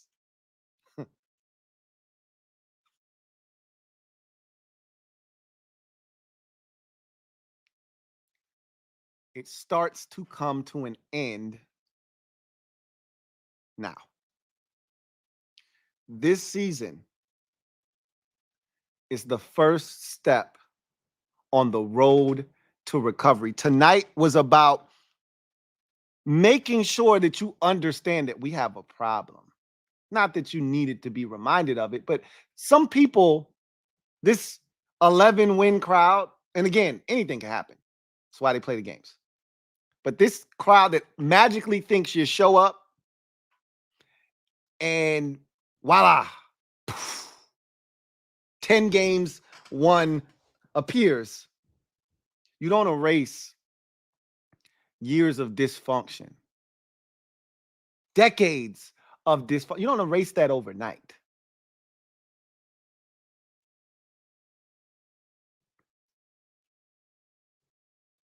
But you want to take steps towards building this thing. Again, I always go back to the 49ers. Adam Peters is building this thing the only way he knows how. He was in New England. He saw how they did it. He was in Denver. He saw how they did it. And he went to San Francisco and he used what he gained from New England and Denver, and he helped them build San Francisco into a winner. It started off slow in 2017. It didn't get that much better in 2018. And then in 2019, they took off and they haven't looked back since. That is what we are looking for here. A sustainable winner. And I think the pieces are being put in place.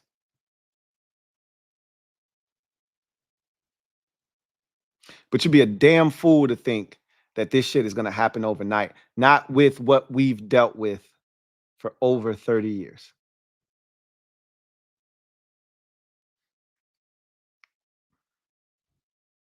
Let's get to the comment section. Started off with LT. Thank you for the super chat. Greatly appreciate you. LT writes, as a Philly fan, Washington gets 10 wins with a Russ type at quarterback. You can say that about a lot of teams. You can say that about a lot of teams.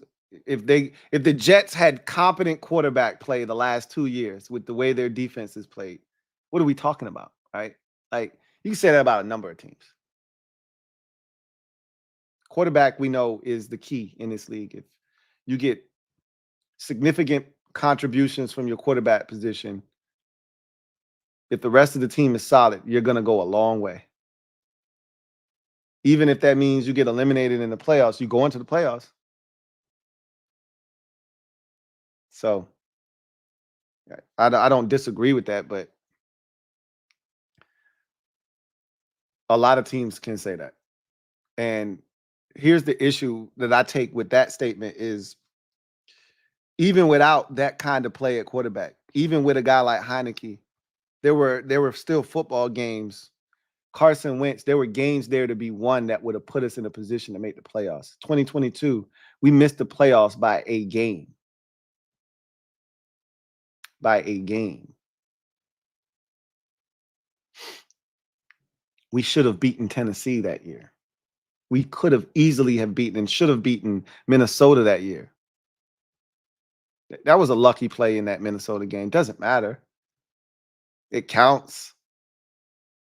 But the football gods had it their way, and they evened the score. They balanced the scales on our ass.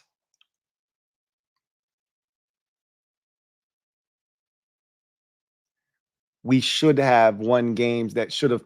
2016, we should have beat Cincinnati.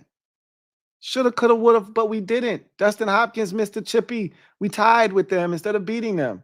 The Giants had nothing to play for in week 17, and we let them come into our house, run the football, bland offense, and beat us. We should have beat the Detroit Lions that season. Kirk keeps a read option, quarterback keep, and runs for a touchdown, and the defense gives up a touchdown in less than 40 seconds. We should have won a bunch of games that would have put us in a position to make the playoffs in multiple seasons, but we didn't. And it wouldn't have taken a Russ-type quarterback to lead us there. We just didn't do the little things to win games that we should have won. And it's because we're not a good football team and we haven't been a good organization.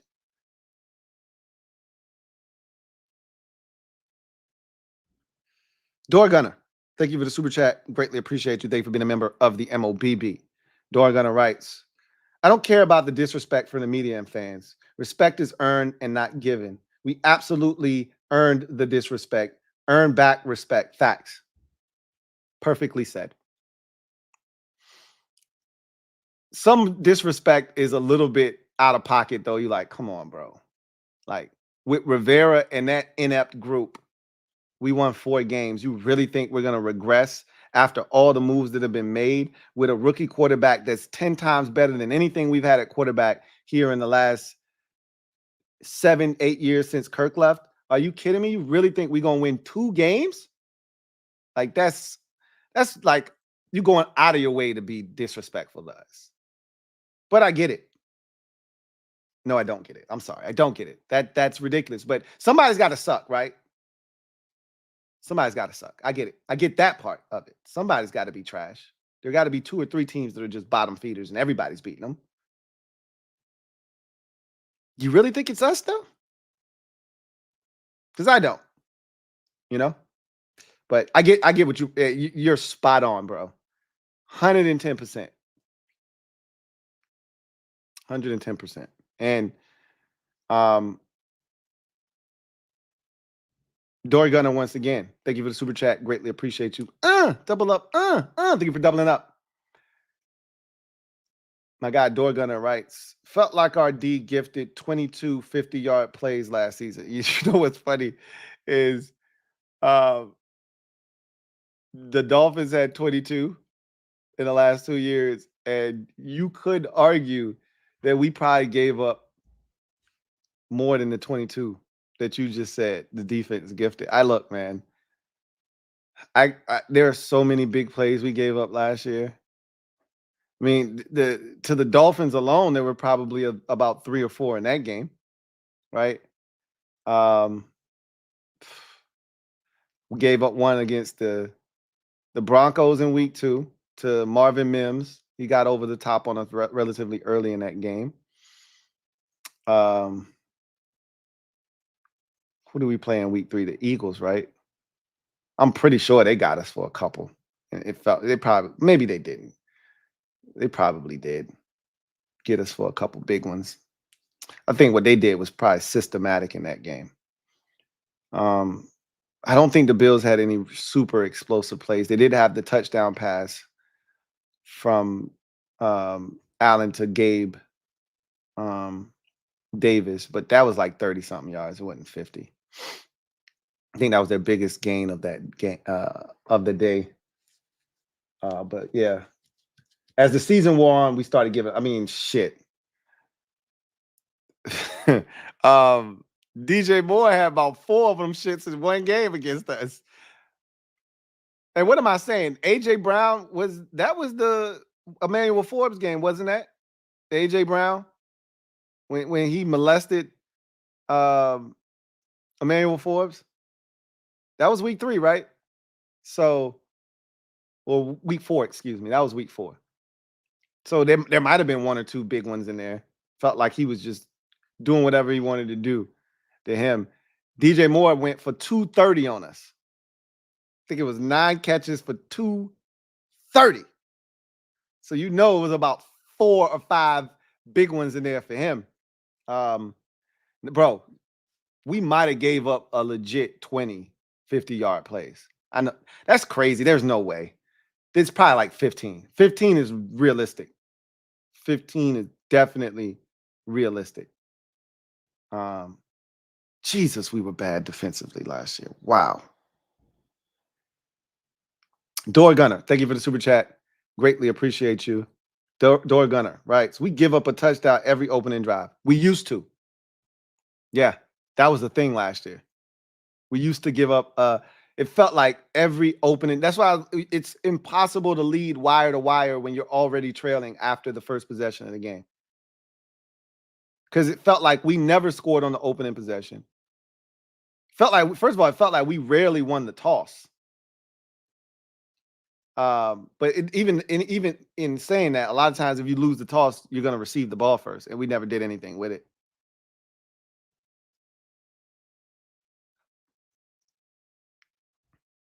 Door Gunner, thank you for the super chat. Greatly appreciate you. Door Gunner writes, change name to Ashington since we never get a dub. Good one. Good one. We deserve that. That was a good one. We definitely seem like we don't get nearly enough of those, especially last year. Whew. Last year was rough, boy. We've had some rough ones. Last year was up there, especially towards the end. Nothing for me trumps 2013 was brutal, but nothing trumps 19 because there was really no hope at the end of 19. At least at the end of 14, while it seemed hopeless, there still was this faint hope that, hey man, Griffin could return in 2014, right? Like we're just a year and a half removed from this man winning Rookie of the Year and taking us to the playoffs. So you still had hope for that. In 2019, like you had Haskins, but no one was blown away by him. He did finish the season off okay, but you weren't blown away with Haskins. So it was brutal because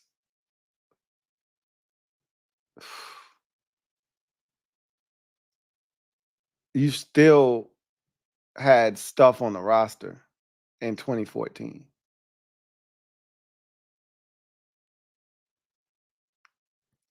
And you still felt like, hey, we could do something. We were so void of talent in 2019. Anyway, I'm going off topics. Y'all know how I do. Christopher McLaughlin, thank you for the super chat. Greatly appreciate you, my guy. Chris, thank you for being a member of the MOBB. Greatly appreciate you as always. Chris writes, hey Lou, what's up, Chris? Hope all is well with you and the fam. Likewise. 2 questions. 1, do you know when the last time we averaged more than 20 points a game? 2020. Are you telling me or are you guessing? Because my guess wouldn't be 2020. Maybe we did average more than 20 in that season, but that felt like another season void of, point scoring. Because 21 was those 17 to 15 wins, Raiders and Seahawks. That was 2021. 2020, we scored some points in 2020. Yeah, no, it probably was 2020. We scored some points in 2020. Even in a lot of those losses, we put up a little something. We put up 40 on Dallas on Thanksgiving in 2020. That helps the average a lot, right? Boy, there were a lot of games where we didn't score, though. I mean, we beat the Steelers. What, we scored 17 in that game? 20? We beat Cincinnati. What was that? 20-9, right? Like, I mean, it's 20. So, I mean, if you keep hitting 20, you're going to average 20. We beat Dallas 26-6. I think that first game with Terry caught the touchdown on rookie Trayvon Diggs. Yeah, you know what? It's probably 2020. Probably is 2020 because we hit 20 enough, and then you got that 41-point game against Dallas on Thanksgiving. We scored 20. That Alex Smith comeback game against the Lions where we fell short, but that was 27. Probably was 2020. It wasn't that far over, though. It was probably like 21.2 points per game or some shit like that. 20.8. But the fact that we even have to debate when the last time we averaged over 20 points a game just tells you how anemic offensively we've been, and that is a travesty. Onto itself.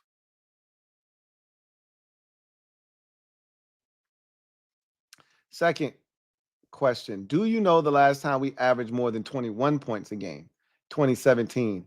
Our offense is the issue. So you were telling me 2020 was the last time we averaged over 20. And you said over 21. So we didn't even average over 21 in 2020. I said 20.8 or 21.2. So it must have been something like 20.6 or some shit like that. And then 2017 was the last year of Kirk. So it makes sense to me. Like, people used to always talk shit about Kirk, but we scored points. The reason why Jay Gruden was able to be the only coach since Gibbs 1.0, because even 2.0 didn't have 2 straight years of winning seasons.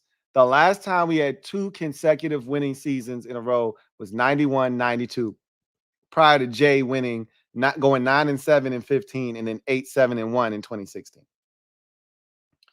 And the reason we were able to do that is because we scored points, not because of our defense. Those defenses were ass. And we had no run game.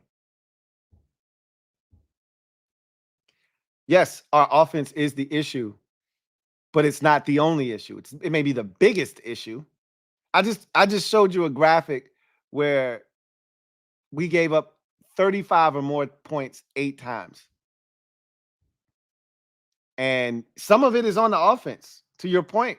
Not just us not scoring and not sustaining offense and punting and putting the defense back on the field, etc. But, I mean, how many pick sixes did Sam throw last year? A lot of those games in which we gave up 45 or some astronomical number, he threw a pick six in that game. Dolphins game, he threw a pick six. Bills game, he threw a pick six. Cowboys Thanksgiving game, he threw a pick six, right? All of these games were ass whoopings where we gave up, a whole bunch of points. So, yeah, the offense is a massive problem, has been and continues to be. But the defense is just as much a problem because the defense hasn't really been any good. Even the years where people thought they were good, they really weren't that good. Which is why last year wasn't that big of a surprise to me from a defensive standpoint. I told y'all all last offseason, I am not sold on the defense. But what I was sold on and where I did go wrong was I thought the offense was going to be really good. And so the difference between this year and last year, and because I'm gung ho on this defense, the difference is the track record. Eric Bieniemy had no track record. We gave him credit for cheating off of Andy Reid's paper, right? My kid was watching a Charlie Brown episode like a month ago. And a matter of fact, it was the movie where everybody was giving Charlie Brown some love for being the smartest kid in school because he got this really high score on a test, and it wasn't even his test. We gave Eric Bieniemy all this credit. We gave him all of this respect, and the shit wasn't even his. He cheated off somebody else's paper, and we gave him all the accolades and the adulation.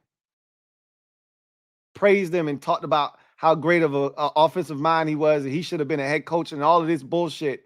For what? What has he done? Nothing.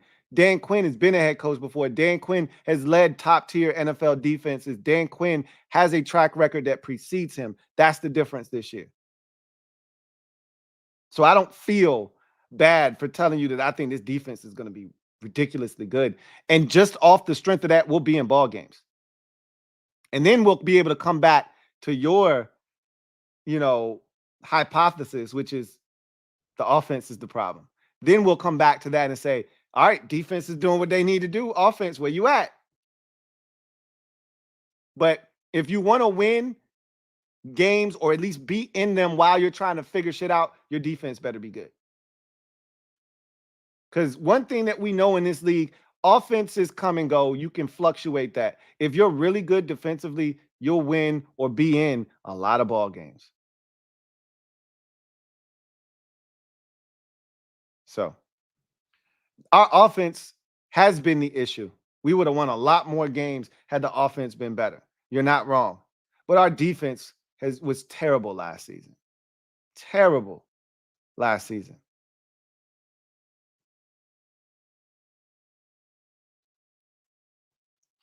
I would put more of the blame on the offense, though. To your point, I would put more of the blame on the offense and their inability to score than I would the defense. But the defense was terrible last season and really hasn't been a dominant unit, because when you're struggling to score, you need the defense to say, all right, man, I can see it's a rough go for you. All right, let me put you at the 22-yard line. Let me start your drive at the opposing team's 22-yard. Let me give you a head start. Let me put you in this booster seat. Give you a better chance of success. They didn't do that. We starting drives at our own 18-yard line. We starting drives at our own 12. We starting drives at our own 22-yard line and asking an inept offense to drive the length of the field, 78, 82, 86, 92 yards consistently, because the defense is not creating turnovers in short fields. Christopher McLaughlin, thank you for the super chat. Greatly appreciate you. Double up. Thank you for doubling up. My guy Chris writes, first of all, I appreciate you, Chris. Thank you so much for the support, as always, man. Hey, Lou, I know there isn't a stat for this, but he said, but there have been enough games where we have had the ball on the opponent's 5 and could not get touchdowns. We don't seem committed to the run, and play calling is subpar. Thoughts? So you're not wrong. And I've talked about this plenty of times, and there probably is a stat to chart that, by the way. You know, if you get into the advanced analytics, I'm pretty sure there's a statistic for that. But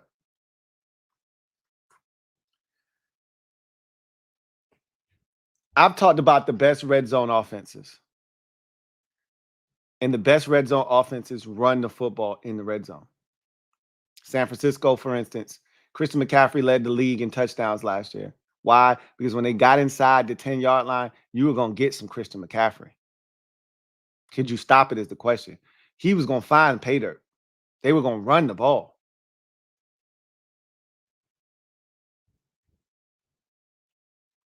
The Eagles with Jalen Hurts. They get in there and they start running the ball and they get close in there. They're going to run that bitch. The best teams in the red zone are efficient because they run the football in the red zone. And to your point, we haven't been committed to the run in the red zone since 2020. Coincidentally enough, that was the last season we scored over 20 points on average. So it's not rocket science. That was the year Antonio Gibson had 11, I believe, rushing touchdowns in his rookie season. Scott Turner was committed to the run in the red zone. And remember, we had Peyton Barber then too. He probably had another 5 or 6 rushing touchdowns in the red zone as well. So there was only one time where I was like, Scott Turner is tripping, was that 2020 Steelers game, where I thought he was tripping in 2020 rather, was the Steelers game where he refused to run it at the 1, 4 plays in a row. We didn't run it. And luckily enough, we went for it on 4th down, and TJ Watt held J.D. McKissick out of the backfield. They called defensive holding on that play, and we got a fresh set of downs. And the first play, he hands it to Peyton Barber, and we scored a touchdown. Like, bro, why didn't you do that on 1st down the last time? But other than that, we don't run it enough in the red zone. And that is a problem. So you're spot on. The best teams in the league find ways to get in the end zone on the ground. And whether your quarterback's a part of that equation or not, we could have used Sam Howell, just like we talked about with Heineke. We could have used Heineke a lot more as a threat to run the football. We could have used Sam in that regard too, and we just didn't.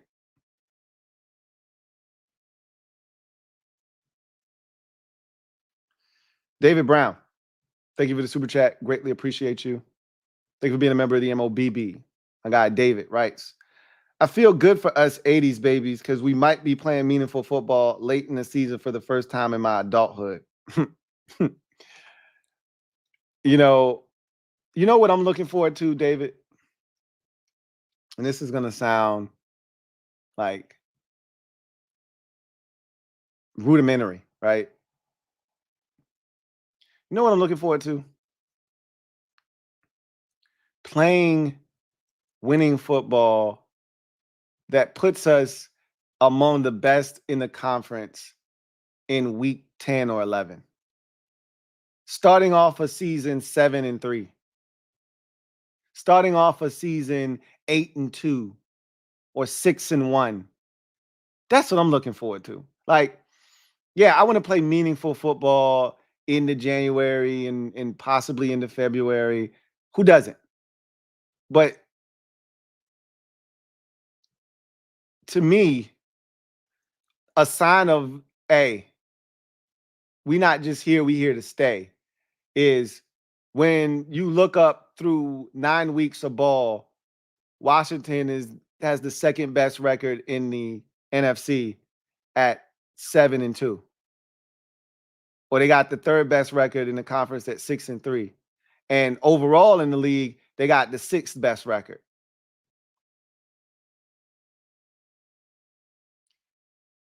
That's what I'm looking forward to, because that's going to lead to us playing January and potentially February football. When's the last time we did that? Every playoffs look the same. Every playoff berth for this team looks exactly the same. You start off slow, you look like you're trash, you're ready to throw in the towel on the season. Magically, you get hot, you win 5 in a row, 6 in a row, 7 in a row, 6 out of your last 7, 7 out of your last 9, and voila, oh my God, we're in the playoffs. We're in the tournament. Backdoor. When's it going to happen where we look like a playoff team the entire year because we were one of the best teams and we are the 3rd seed? We won our division at 12-5. When's that shit going to happen? That's what I'm waiting for. That's what I'm longing for. All season, we were among the best and we played like it from start to finish. And now here we are in the postseason. Big, you know what I want? Big primetime matchup. Oh shit. Washington and Dallas, week 12. That's Thanksgiving. I don't want that shit. Washington and Dallas, or Washington and Philadelphia, or hell, it could be Washington and the Giants. I don't give a shit. Week 14, prime time, 2 of the best teams in the league. Last time we had that was Thanksgiving of 2016. Dallas was 8-1. We were 6-3, I believe. 6-3-1, I think we were. 2016. We had just beat the brakes off of Aaron Rodgers and company on a Sunday night at FedEx. Kirk went off. Beat him like 35-24 or some shit like that. 41-27, something like that. Beat him good. Felt good. That was one of my favorite Kirk games. Kirk don't play well in primetime, all that bullshit. Whatever. We went into that Thanksgiving game, and as always, Dustin Hopkins missed field goals, and the defense let us down, and we were right. Jordan Reed went off in that game. We just didn't have enough. That's the last time we looked like a good team through 10 weeks. That was 12 weeks of football. We were 6-3-1. That was 2016, man. That's what I'm waiting on. And it felt like we were heading in the right direction. And we had just come off a playoff season in 2015, winning the division, and we were well on our way to making the playoffs again. It felt like we were heading in the right direction. And then, just like that, we weren't.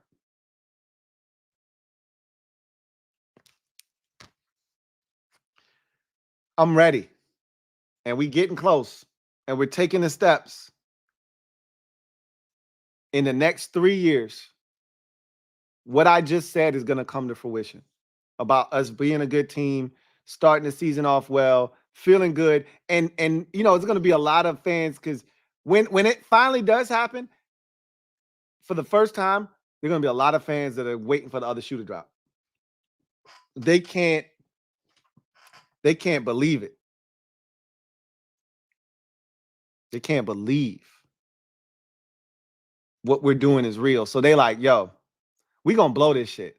They gonna be waiting for some bad patch of football to hit us, and it ain't. Because this ain't what it used to be. This is what building a sustainable winner means and what it looks like and it represents. It means you don't go back to what you are accustomed to having happen, which is nothing good ever lasts, because that's not what happens to us. If we win 4 in a row, then you best bet we about to lose 5 in a row. How many times we do that with Rivera where we win 4 in a row and you're like, oh shit, only to lose 5 in a row? That's what we do. Not anymore. And you don't need to get to 2 and 6 before you win 4 in a row. How about you win 4 in a row when you start the season 2 and 2 and now you're 6 and 2? Just a thought.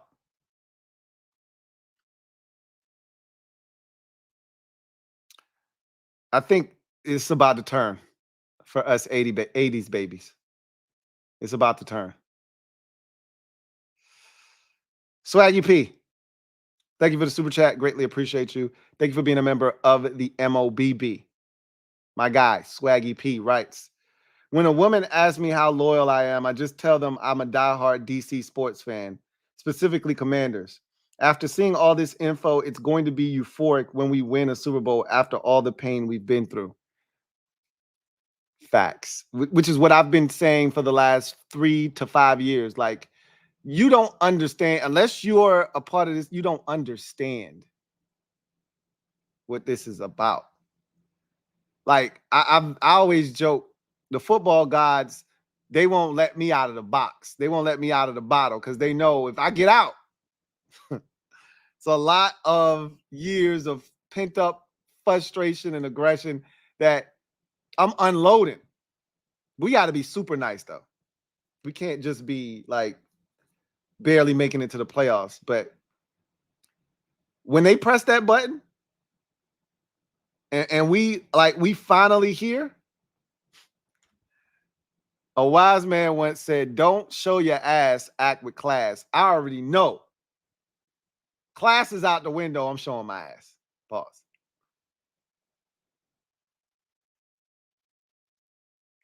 Nobody's more loyal than us. I can't say that. I can't say that there's nobody more loyal than us. A lot of fans of downtrodden franchises are just as loyal as we are. I can't think of many organizations who have had it worse than us. That's all. I won't question anybody's loyalty. And, you know, because what's bad to someone else might only be, well, that's nothing, right? But to them, it's the worst thing ever. Like the Patriots having not been in the AFC Championship game in 5 years, that might feel like forever to them. Oh my God, what are we gonna do? Like, you do for this shit. You do for the type of season you had last year, where you were one of the worst teams in football. You do for this shit. Your reign of terror spanned 2 decades. You do for this shit. Don't nobody want to hear nothing from your ass.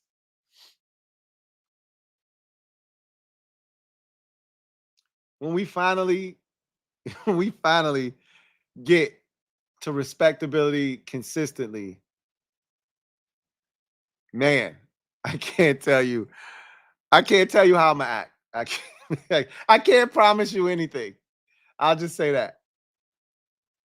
I'll just say that. Hunter Hodovic, it's been a while, Hunter. Thank you for the super chat. Greatly appreciate it. Thank you for being a member of the MOBB. My guy Hunter writes, what's up, T? Long time. Look at that. Long time no talk. It's been a while, man. Just secured tickets for my bro, Eagles fan, and I to go back to Philly for the Thursday night game. Hope to bring home the dub. You know what it is. And I'll remind you and give you the specifics of that mission All right. I'll brief you. All right. We'll pull out the folder, the classified files, talk about what needs to be done for you to go in, tactically come out unscathed with the dub. But I've always said, of the 3 road environments, Philly is the one that is the most likely that we go into and win when we're not supposed to. Never been afraid to go into Philly. Philly fans hate when I say that because they beat us a lot. I don't give a shit. It's different when you getting your brains bashed in, right? Like, nothing ever good comes of going to New York for us. Nothing. You know, if we steal a win from the Giants, that, because I don't care how bad the Giants are, it feels like we just stole a win from them when we go to New York. That's how bad New York and New Jersey has treated us over the years. In Dallas, that shit is just a house of horrors. Like, we go there and some of the worst ass whoopings take place there. Got Deron Payne and Jonathan Allen fighting each other in a 56-14 dismemberment on national television. Like, Thanksgiving this past year, they throwing alleys and shit, eating turkey legs. And like, you go to Dallas and anything's liable to happen, and it's never good for us. Rarely is it good, I'll say. 2020 was, boy, 2020 and 2012. Boy, those were fun. Those were fun. Just too few and far between, though, right? Go get the dub, man. We just went to Philadelphia on a national stage in 2022 and got one. Go get another one. Go get another one. Swaggy P, thank you for the super chat. Greatly appreciate you. Double up. Thank you for doubling up. Who writes, when we are good again. Alexa, play Can't Tell Me Nothing by Kanye West. Nah. Yeah. You ain't gonna be able to tell me nothing. You can't tell me nothing. Can't tell me nothing. Oh, man. We'll be there soon enough, man. Soon enough. Anyway. I knew this show was going to be long. I knew it was going to be long. Hence, you won't see me tomorrow. I'm going to just let this one. This is 3 hours and 30 minutes of flames. I'm going to just let this one burn until ain't nothing but ashes left. I'll warn you, there's no summer series this week. Struggled to find a guest. It's that time of the year, but summer series will be back next week for sure. I do have something lined up next week. So hopefully I might have multiple summer series episodes for you next week, but don't have one this week, which is fine. I'll have some content for you on Saturday anyway to take the place of the summer series. So anyway, I digress. Just Andre, member for 29 months.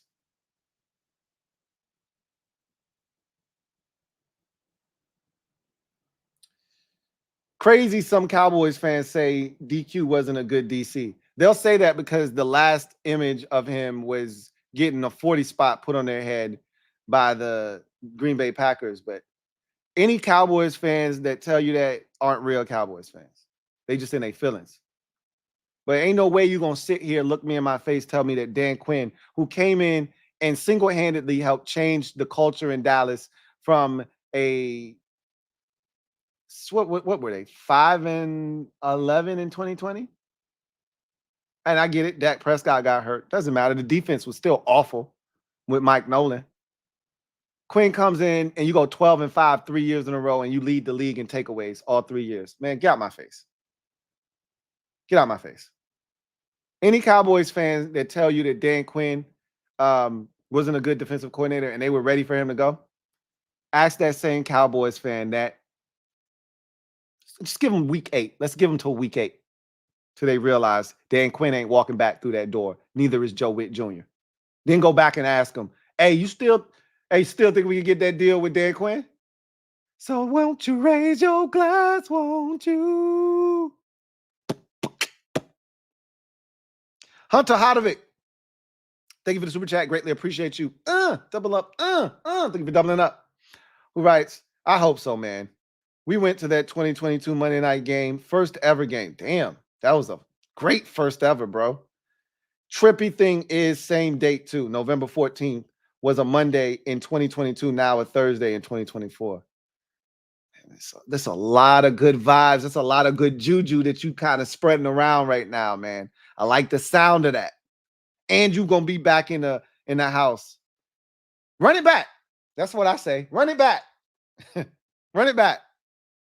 I like it. I like the way you think, Hunter. I like where your head at. Run that shit back. I like it. I like it a lot. Anyway, I digress. That's going to do it for me, your man Louie T, here on this installment of the Command Post Live. You know what it is. Post up. Take command. Until next time, you guys, have a good one. Let all of this sink in. Let it sink in. Let it do what it's supposed to do. Like, don't run from the truth. Understand that that's a part of this process. Before you can hit the road to recovery, you must first acknowledge that there is a problem. And we've had problems for over 3 decades. We are piece by piece, brick by brick, putting in the foundation of what can be the solution to all of our problems. Just let it happen. Don't put any expectations, or at least I can't speak for you. I already know what I'm going to do. I'm not putting any expectations on this season. I'm going to just let it happen. Because I see what's going on right now. I see what's going on right now. Anyway. That's going to do it for me, your man Louie T. Until next time, you guys enjoy your weekend. Enjoy it. Look forward to chopping it up with you on the other side of the weekend. There'll be some content there for you over the weekend. I'll leave a little something for you. I won't leave you bare. I won't leave you naked. But until then, you guys take care. Have a good one. God bless. Good night.